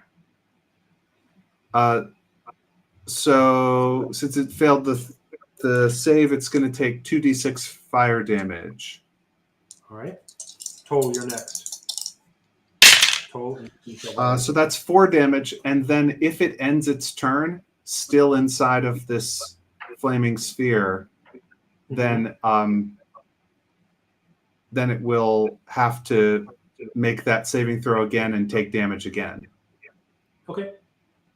So it can walk out of the sphere and avoid damage, or it can stay here and keep attacking us and keep getting damage from the sphere. Right. Toll, your turn. What do you do? I'll cast Firebolt. Do it.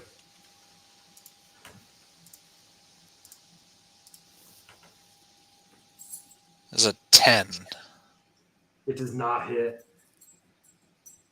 The firebolt goes straight at it, but dissolves into the sphere of fire. Inkatink, what do you do?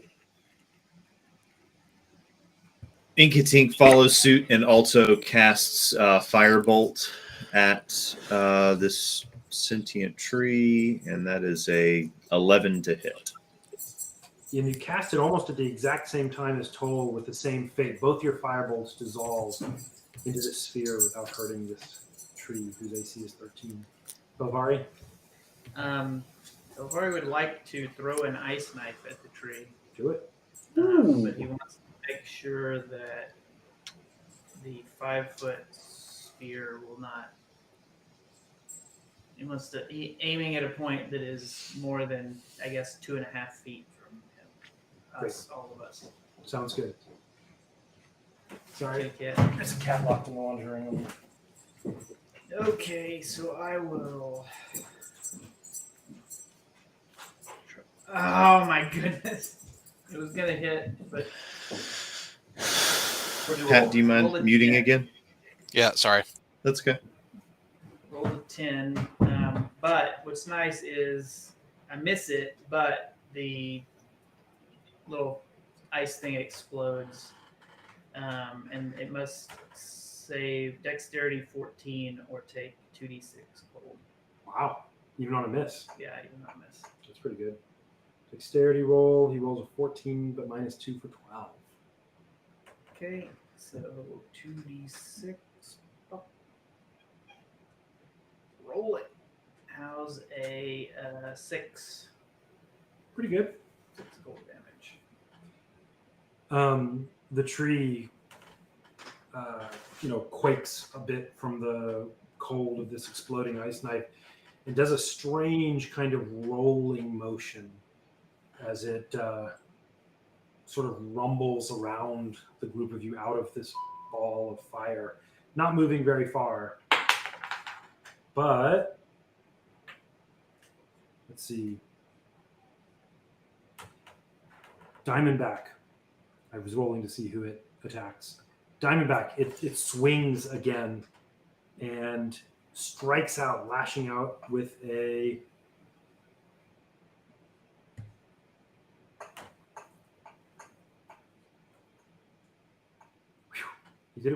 It did it with disadvantage. Got a 24, but then a 10. Does a 10 hit you? 10 does not hit me. It swings at you, Diamondback, but misses. It is not in the fire. Your turn, Diamondback. What do you do? It's not in the fire? It rolled around out of it. So when it left my my range of attack, It did actually not move. me, because I used. Oh, actually no, I still have a reaction. Did it leave my and my allies' attack range on its turn when it moved? It is 10 feet away from you. Okay, but on its turn when it moved, we should get attacks of opportunity on it. All Okay. of us. Then it's 5 feet away from you, since I didn't do that. I forgot about that. It's 5 feet away from you. No, The other it might side be a is- good strategy. It just has to. The spell that I cast makes it so it has to choose between taking damage from the flaming sphere and taking damage from our opportunity attacks. I mean, maybe it doesn't Where- know that. You moved the spell to where, though? To like on the creature, so Okay. like surrounding it, but like 10 feet up, like it's a tall tree. Yep. And so it's a 5-foot diameter sphere. Is that right? It is 5-foot diameter sphere. Okay. So it's basically encompassing it. And so all it has to do is move 5 feet and still stay within 5 feet of you all. And it's going to work, right? Yeah, so it's just like rotated around us. Yeah. that make sense? Okay. I'm not very spatial. Okay. I think Um, it's spatial. So imagine a cube That is us, and the tree is a adjacent cube where there is Okay. also a ball of fire. That Okay. adjacent cube is now moved to a different face of us cube, but that new place that it is does not contain the ball of fire, but it is still Okay. adjacent to us. So it stayed within 5 feet of me, but it moved out of the sphere. Yeah. You can Cool. still move the sphere, right? Yeah, I can move the sphere on my turn. Is it my turn? It is your turn. Cool. Yeah. So I'm gonna hand it a Toll the Dead. It has to make a Wisdom DC 14 saving throw. Still alive, man. What kind of saving throw? Wisdom. Wisdom. It rolls a 17. Okay. Yeah, and then for my bonus action, I move the sphere on top of it, and it has to make a dexterity saving throw. And the amount of that dexterity saving throw is also 14. Rolled a 6. So it's going to take the 2d6 damage. Do it. 8. This tree is just singed and weak. Diamondback and Toll, I'll let you interpret whether your hearts break for it as druids. Toll, it's your turn. This tree is in terrible shape. Sorry, I meant Toll and Belvari. Toll's not losing any sleep over it. It attacked us first, so. Yeah. Attacked him too, specifically. Yeah. What you got? What's your turn? Firebolt. Do it. Okay, that's a 17 to hit. That's a hit. Hitting it up here, And boss. that's 10 damage. Toll, your firebolt, perhaps by lucky chance, finds a knot, and it turns out this tree is somewhat hollow. The firebolt goes in and explodes within the tree. You see grayish fire, brighter inside the dark gray of its shell. And within moments, the whole thing is collapsing on itself away from you all, not hurting you, but branches falling, and it collapses down and becomes a smoldering pile. This awakened tree is awake no more. Fun fact, the ingredient I used to cast Firebolt is a Kenku claw. Oh. Whoa. Can I That's get pretty more grim. of those? Actually, it's a Kenku lung, not a Kenku claw. So only 2 per Kenku, very rare. And I just burned like a jillion of them. Yeah, actually, when Ingatink and what's Aaron's character? Neno. Neno appeared, we also got a giant pile of pieces of their 2 races. It was gross. Toll, did you say that fun fact? Did Toll say it, or was it just Pat? No, I think Toll is going to keep that to himself. Okay. Let's call it a juicy tidbit. The scenes, special extras. Do you want to keep going? Yeah. For 1 minute, or for like 45 more seconds, I guess. I'm keeping my flaming sphere, and I'm just gonna like move it in front of us for a minute. Yeah. Just if something happens upon us in a minute, it's gonna get a taste of flaming sphere first, but probably my spell will dissipate before we encounter anything else. Yeah. Before we go, does anybody have healing spells? Not the necromancer. Yeah, I can give you a little bit of 1d8 plus 3. I'll take it. How about nice 11?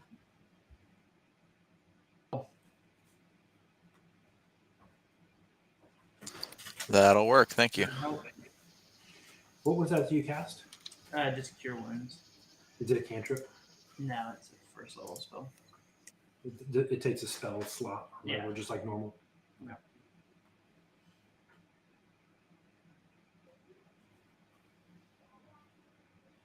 All right.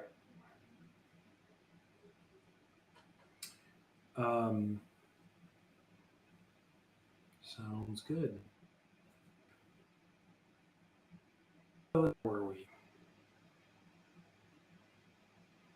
Okay. You travel for another 20 minutes. Basically, you don't see any. I rolled for several times and nothing happened. You travel for another 20 minutes. You have a reprieve. Things seem to be going gently better. You've been walking for about an hour and a half. It's getting psychologically wearisome. It's been a long time of just being on point, ready. You continue going, and How long has it been? total about an hour and a half Okay. of this like ready state. Right.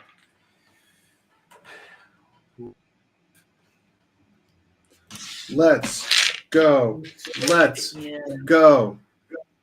We started into the darkness after having. Are you ready for it to be rolled on D&D Beyond? Say it again. Are you ready for it to be rolled on D&D Beyond? I am. Toll got 17. 19. Silvari is done tying his shoe. And Diamondback? 21. Wow, man, y'all were ready for this. You got a 17, 18, 19, and 21. Oh, come on, Diamondback. Why didn't you roll a 20? I rolled an 18, but I have +3. Don't worry, this creature did. There we go. We got a 17, straight. 18, 19, 20, 21. Roll it straight. That's right. So we should be friends with this guy. Let's go to Vegas. What is it? Diamondback. Let me see what. Hold on, give me a second, because I gotta find. There we go. Yeah. Okay.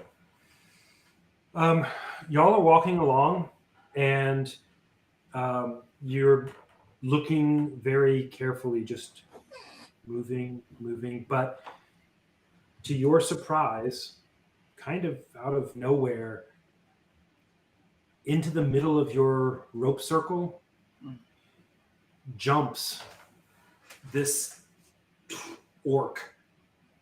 He is wearing ragged and torn armor.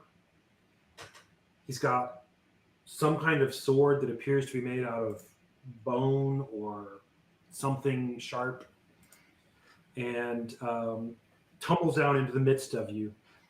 Diamondback, he doesn't knock the torch out of your hand, but he is able to, he's in there right amidst you. He falls directly out of the tree as you walk under him. He hears you and trump, drops.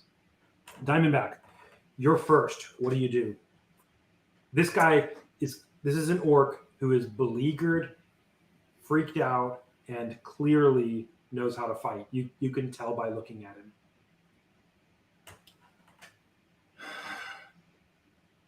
Make friends with It's an orc. I really want to try and figure out what's going on here. And You wanna I roll an speak investigation check? I speak orc.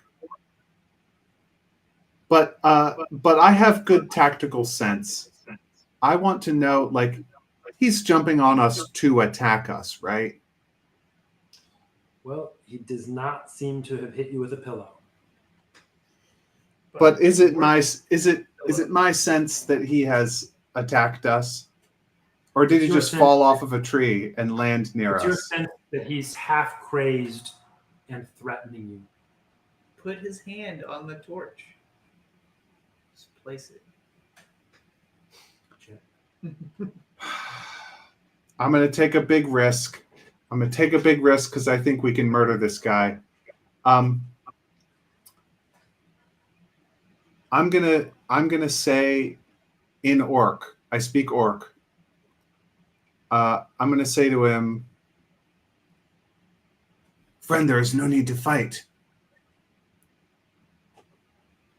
And try to persuade him not to fight us.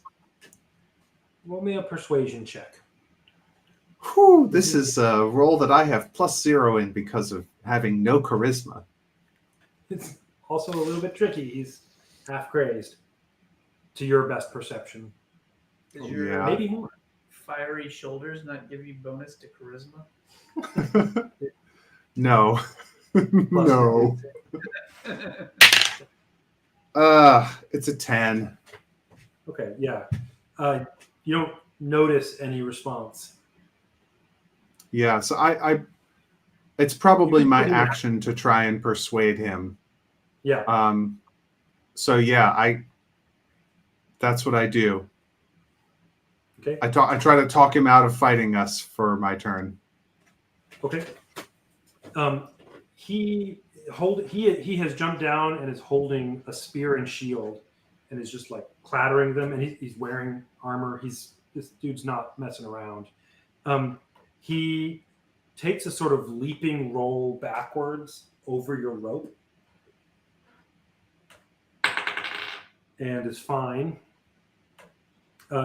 He's outside of her circle. He was apparently uncomfortable being surrounded. Oh, did he leave? Did he leave my range?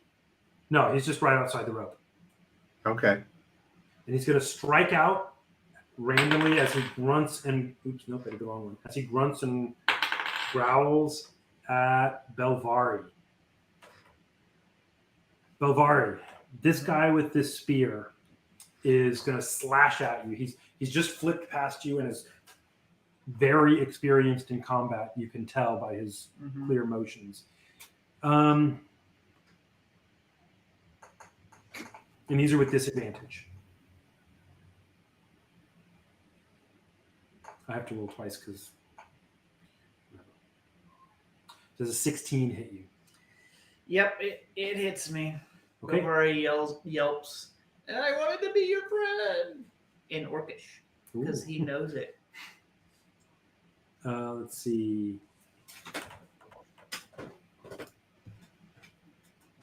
Okay. Belvari, this spear just thrusts at you really hard, hits you, and lands a good solid 9 points of damage. Is that all you got? But it is not. No, I shouldn't have said it. This time it is Toll. That spear just thrusts into the middle of the group of you, attacking you this time. I just realized I can roll 2 at once, and so I can do the disadvantage that way instead of having to. Oh, look at that! Roll the same thing twice. Does a 19 hit you? Yes. He takes the spear and thrusts it just wildly, striking out. Toll, you take 9 damage. All right.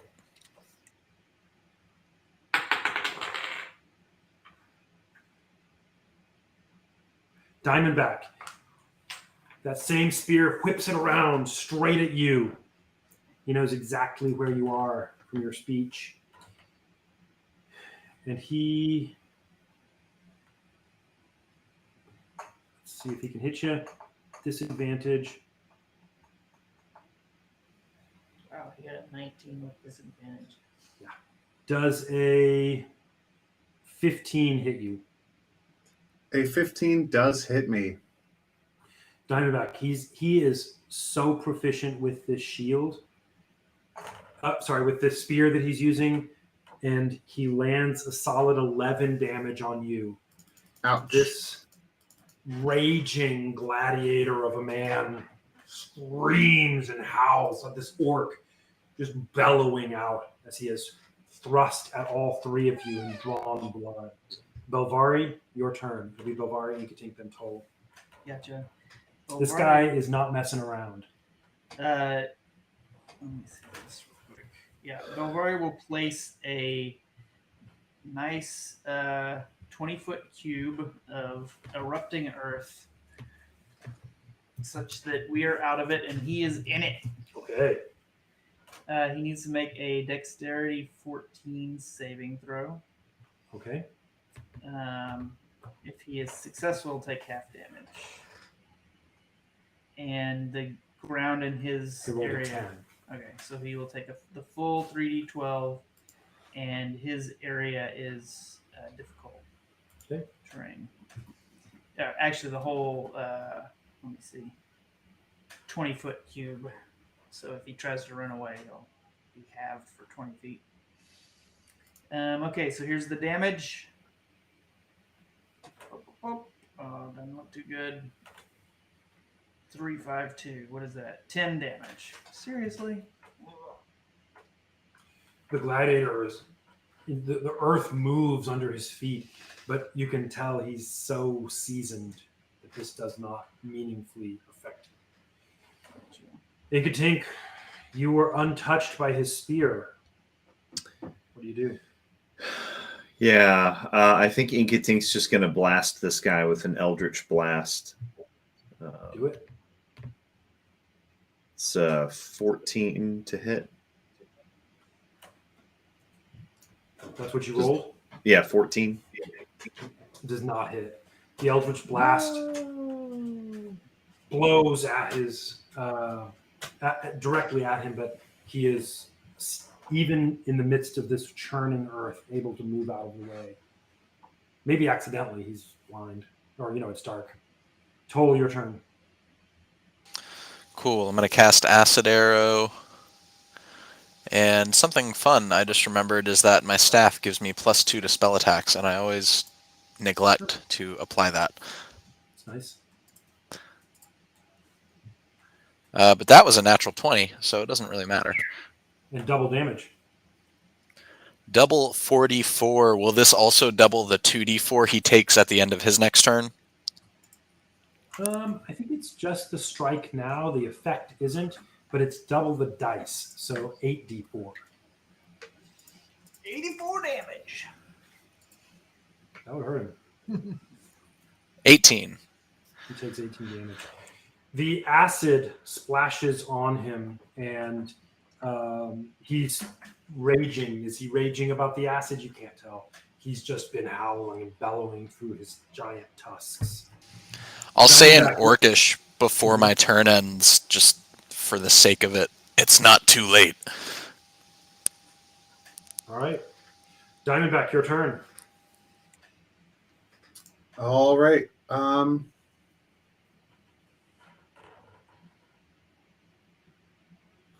Yeah, so I'm back. Wait, gosh, I got to hold on to this torch. I got to hold on to this torch.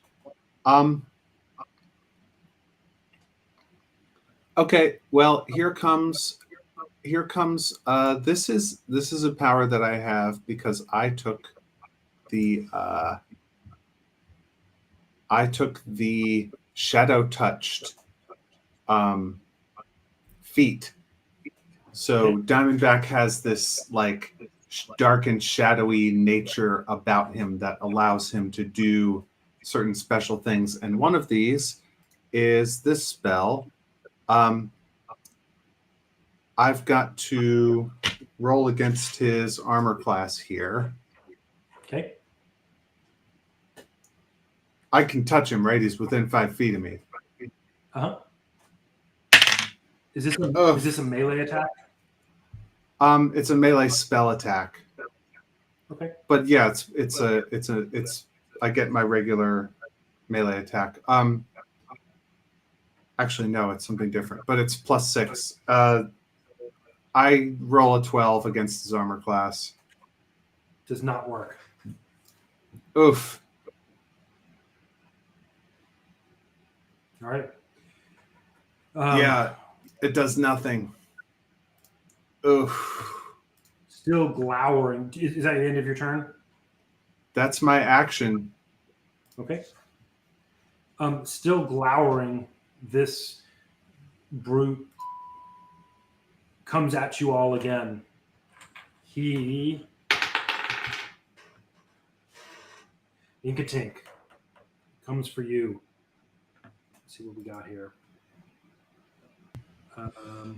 Nope, not that one. Hold on. Well, whatever. I guess I need to just a sec.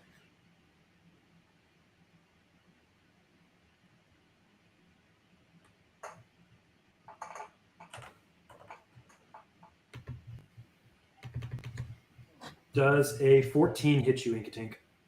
Nope. All right.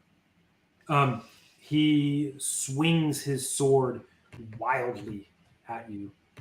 I'm sorry, not sword. His spear wildly at you, but it misses you in the blackness and bleakness of this night. Thrusting again. Diamondback.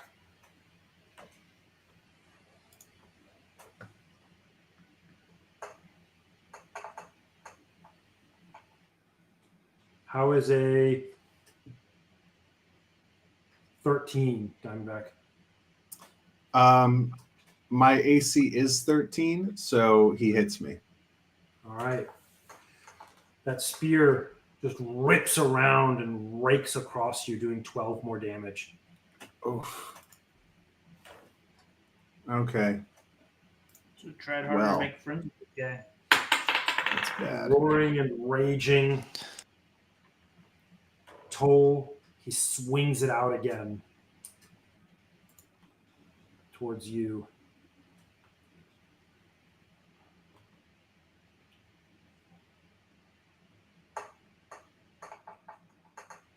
How is a 12 for you, Diamondback? I mean, Toll. No, wait. I'm sorry. Wait. No, a critical miss. Let's see how bad that critical miss is. Oh, he falls on his own spear.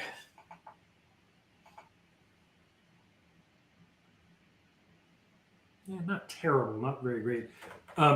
He strikes out at you,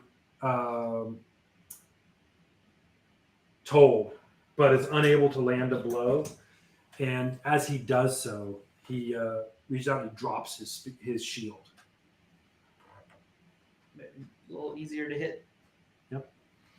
Okay, accidentally he drops his shield because of the critical miss. It is Belvari's turn. It will be Belvari, then Inkatink, then Toll. Okay.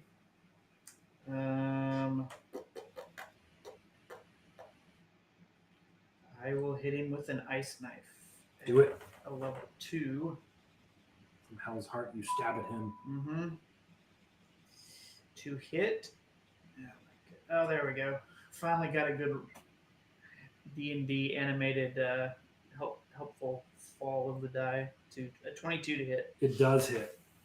Nice. So that does 1d10 Mm-hmm. immediate damage, which is a 0. I believe that's a 10. Yeah. Oh, it came up. Nice. And then it explodes, doing 3d6 damage. 3d6. Bum, bum, bum. You plant it firmly into his orcish rib. And it explodes for 10 more damage. Ripping out a chunk of his flesh as it explodes with ice. You hear the brittle bits of frozen meat crumble to the ground and tinkle down. Inkatink, what do you do? Well, I mean, I think Inkatink would probably try to catch some of those tasty frozen beef bits falling to the ground and maybe give him another opportunity to feel the burn with a firebolt. Okie dokie. Say 12 to hit. 12 does not hit. Rats. Firebolt hits him right in the wound, thawing his meat a little. Oh no! You do. I think I will do Acid Arrow again. Mm-hmm. This guy's been hit for about 50 damage and is still not running or anything. That is a 23 to hit. It does indeed hit. What do you do? Or what Oh, do you did he do? take 2d4 damage at the end of his last turn? He did not, but go for it this time. Roll the 2d4, and then we'll roll this one. All right, so that's 6 damage from the 2d4, Okay. and that is 9 damage from the 4d4. And he'll get 2d4 again on the next round, right? Correct. Diamondback. Hey, Strapping young lad in pristine shape. What's happening? no. Diamondback has been hit twice with a spear and he's hurt pretty bad. So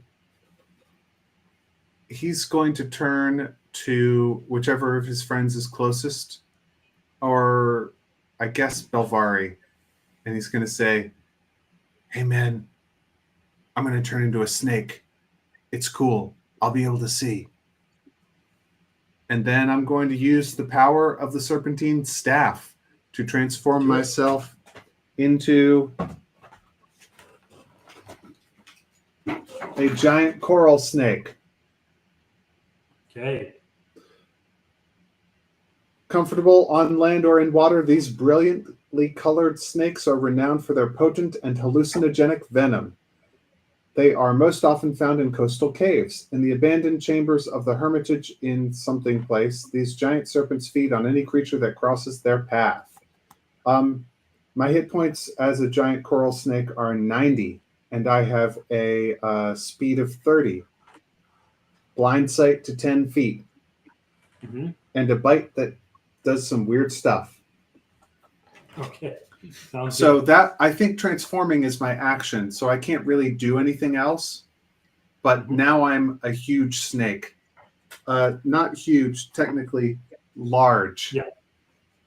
But I'm much bigger than the rest of the party. Yeah. Sounds good. Roll 2d4 damage for this gladiator, please, Toll. For your acid. All right.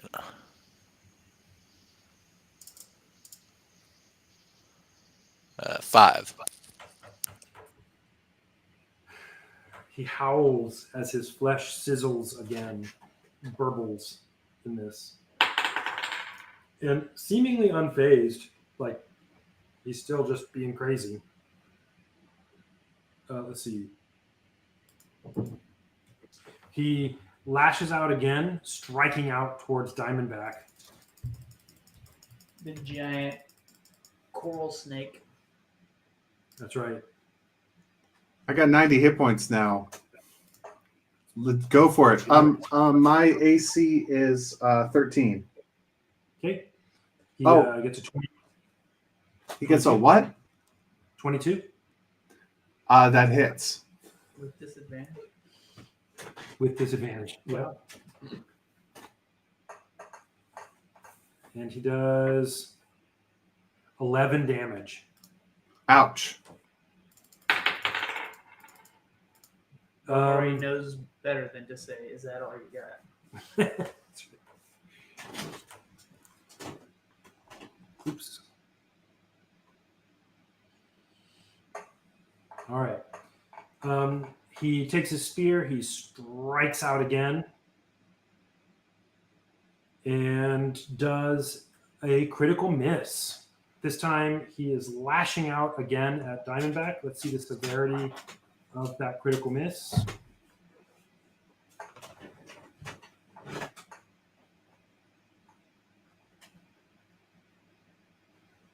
It's actually pretty positive.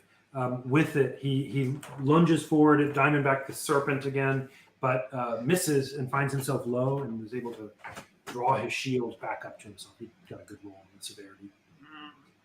And finally, Toll. He's going for you again.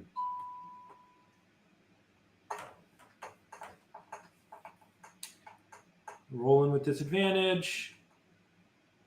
Dice is really jangling around. Does a 19 hit? Yeah. Does.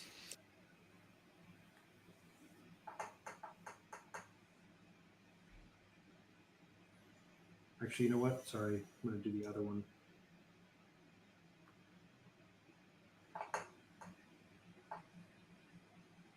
All right. You take 10 damage toll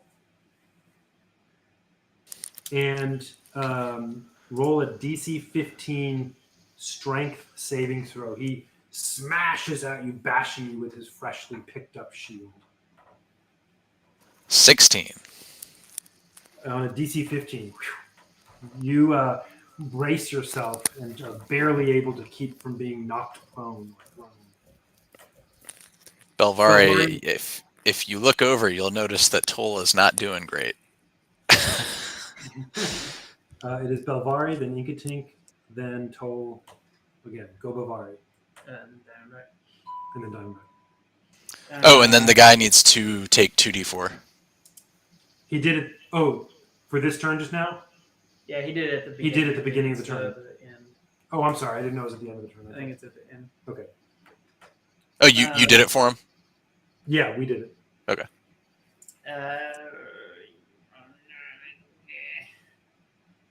Belvari will, I guess, hit him with his shillelagh. I don't know. Sure you don't want to heal Toll? I want to do all sorts of things.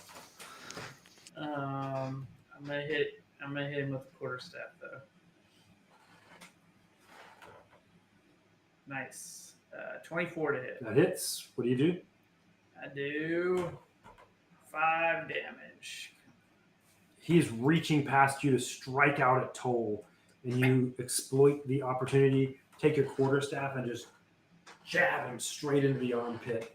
Really, it's a really brutal hit. Do 5 damage to him. Inkatink, what do you do? It's your turn. Your friends are getting brutalized here. You yourself have not been touched. Yeah, I think Inkatink is going to cast Acid Arrow at this guy to try to do some real damage because he needs to finish him off, and that's a 21 to hit. You hit. What's the damage? Damage is 29. That is some damage. Rolled almost. How do you get 29 from 4d4? It's a good question. That is not what I rolled. Oh, 44. I thought it was 74. Jeez. Okay. No wonder. All right. Still very good. 13. Okay. 13 acid damage. All right. So not Toll, your bludgeoning turn. or piercing. Acid. Mm-hmm. Toll, your turn. You see Inkatink following your lead, splashing this guy with an arrow of acid. What do you do? You're hurt. You're wounded, right?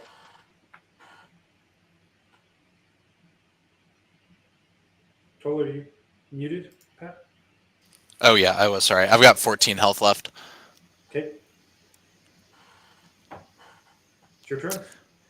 Yeah, I'll cast. Is Diamondback's turn? Or? No, Toll. Okay, and Diamondback. you got it. Okay. I'm going to cast Bonfire. And I have that as a learned cantrip. Mhm. Am I allowed to use that? It'll take a fire component from your pouch. Just pick one at random and go. Okay, cool. So that is. I don't think I have to roll to hit. He's just got. Oh, yeah, he's got to succeed on a dex saving throw or take 1d8. Sorry, is that a racial ability or what is that? That's an at-will bonus cantrip. Okay, yeah, I'll count that. I also have components for create bonfire if I'm not allowed to do that. No, that's fine. You can do that and get rid of one of your bonfire components. Or Right. one fiery component. Okay, so he has to roll what? Dex save DC 11, I think, which is not great. And he rolls an 11, so he saves.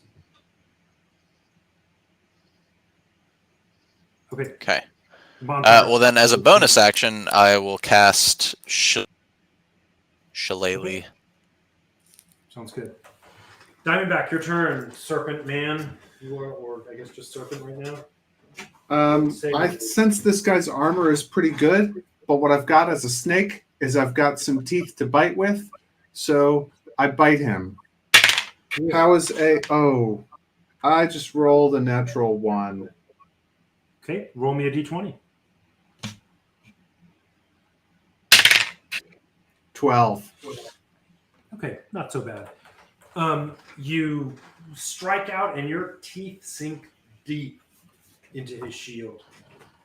And that's it. You expend some venom, and that's all that happens there. You miss him hard.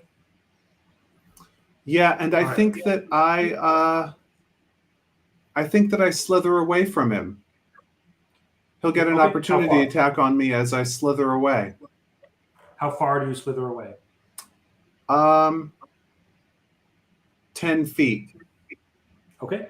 on the opposite you- side of my companion, so that if he wants to go after me, he has to leave them.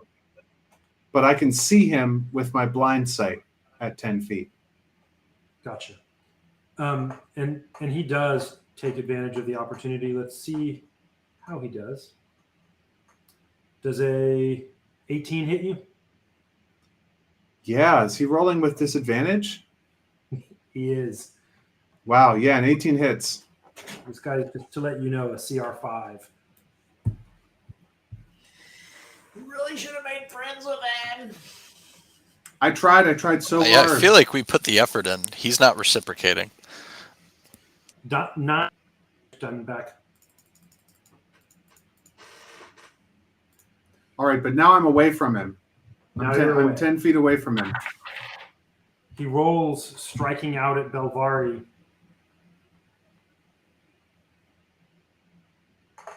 With his spear. He doesn't seem to care how badly he's hurt. I mean, he's just like going for it. Does Does- he at least look like he's on the downslope of his? Oh yeah, he's super hurt. Gotcha. Does a 12 hit you? Yep. Okay. He strikes out at you with 12.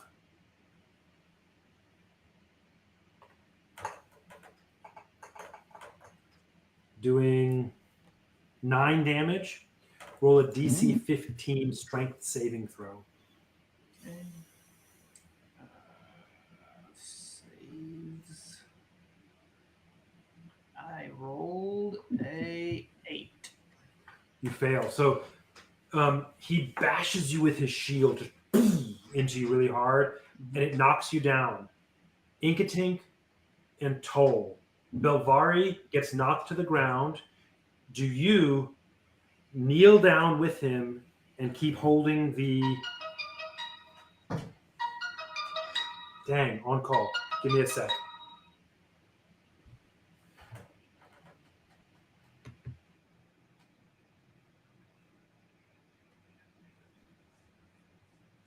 Okay. Sounds good. Sorry, give me one sec.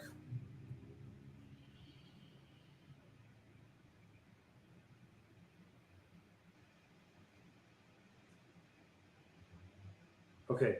You two,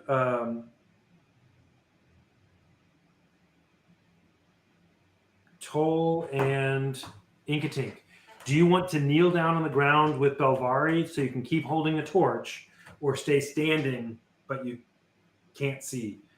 Alternately, Belvari, you could let go, but that's not your job. I kneel with Belvari. Okay. Toll? Sorry, what was the question? You can either... Belvari got knocked to the ground. His job was to hold the torch. Are you going to keep holding it? Yeah. Okay. Toll, you can either let go of the torch because he's knocked to the ground now, and then you won't be able to see, but you'll be standing. Or you can kneel down on the ground, still holding the torch, be able to see. I'll kneel. Okay. Belvari, he just attacked you, right? Yeah. And Toll, he strikes out at you again. This time, still with disadvantage.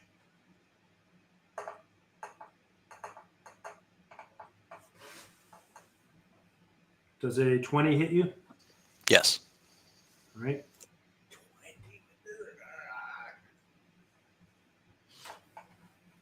He's in horrible shape. Wow, he rolled 2d6 and got ones on both of them. Toll, you take 6 damage. Yeah, +4. Yeah. That was that could have taken Toll out. Wow. It doubles ones. All right, and he rolls one more time.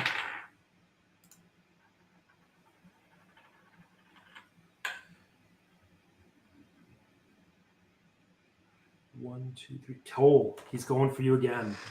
Fantastic. Yeah. Let's see what happens here. Tool actually has armor. If you die, all it means is you just serve me for a while. Does an 11 hit? 11 does not hit. That's his third strike at you, Toll. At people. He strikes out at you, roars into the blackness. Belvara, your turn. This guy is in bad shape, but he doesn't seem to care. He's out of his mind with fury and grief. Wait, did it? I thought my turn happened before his. Yeah, you did. It did, and you bit his shield. Yep. Oh, Remember that? okay, right.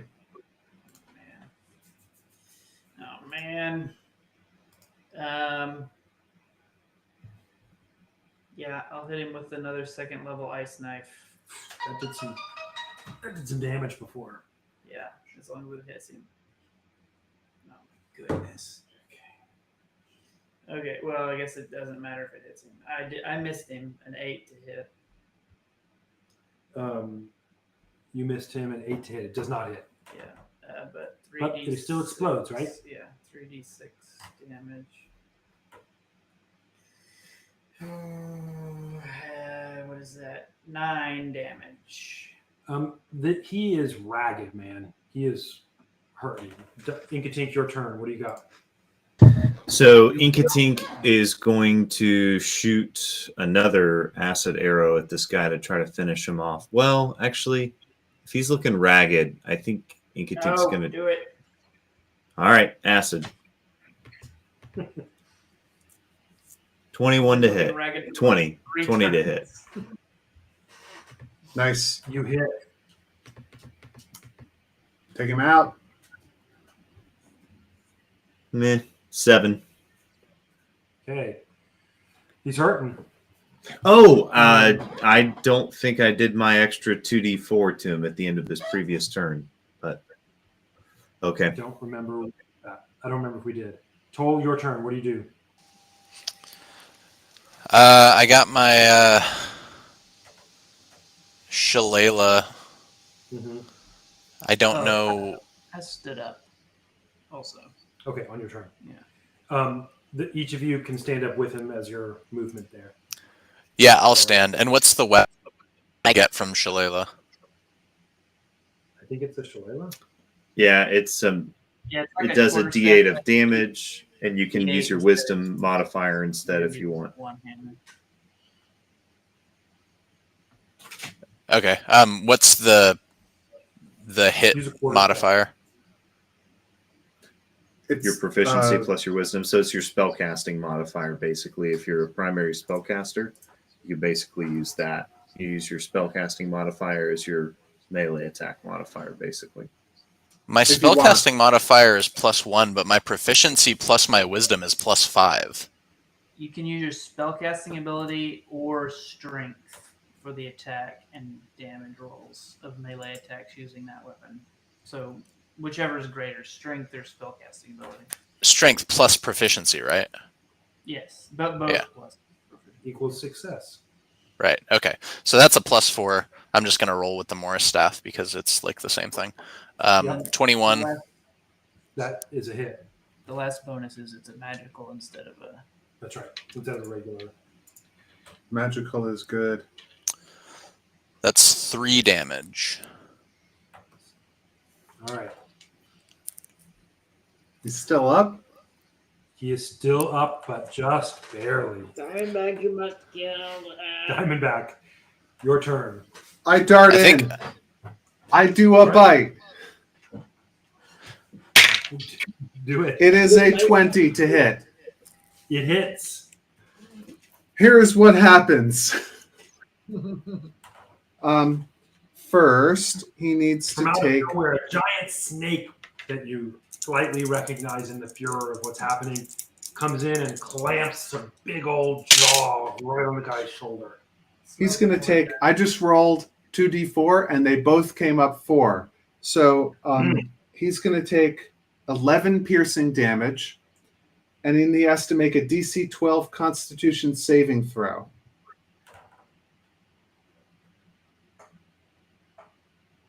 He gets a 14. Ah. Okay. Still, However, the 11 was it? You said how many piercing damage? 8, 11. 11 total. You bite through. You have this big old jaw that just unhinges and your bottom and top fangs pierce through both of his lungs as he attempts to shriek, but instead burbles out the last that he will ever say. Hey, that's my second kill. Yeah, he collapses to the ground. All of you none the worse for wear. And it's not true. Don't believe him. And he is dead for Still dead. less than a ducat. Unmoving dead. Unmoving dead. He's just laying there. This is a good place for us to stop. It is 10:15. Yeah. We're going to pick up next time here with you in your current state. And I'll tell you, using the rules you remember from long, long ago, you may search in this area for shelter using the same rules that you would do at night, which, disadvantage. Also, we there's some don't get rolls. to all roll since we're all looking together. You're all looking together. So what you'll do is, the best way you could do it is giving advantage to the single one with the highest survival. So you follow that guy, but you have disadvantage because of night for the shelter thing. So it'll just be the survival roll. Could we send Snake Boy off on his own search? He wouldn't be able to find his way back, probably. He can see 10 feet. Only 10 feet. Yeah. But he could move over 9 feet and He could. expand, or no, because he would still only be He'd be able to see, within your 6. Dang it! Although you could send him 9 feet and then run. Let's do that. Okay. Thank you all for listening. Our party has been making it through this place for a little over an hour and a half. And is already ready to go to sleep. That's right. That said, you had 3 encounters that were not hard for you. Then you had one that was harder. Gotcha. There were 3 And- before that. Yeah. You got hurt a couple of times, the awakened tree, but some of it was nothing really to speak of. And this one was harder. So we'll have to just see what happens. You are getting closer. Inkatink, you can feel, you know you're drawing near. You're not far now. Nice. I think he says something to that effect to everybody. Yeah. Okay. Thank you, listeners, for listening, players for playing, and game masters for mastering. Mastering the game. That's right. I hope you all have a terrific night or day or whatever it is that you are currently experiencing and when you listen to this. And Jared, please cut this in post because that didn't make any sense.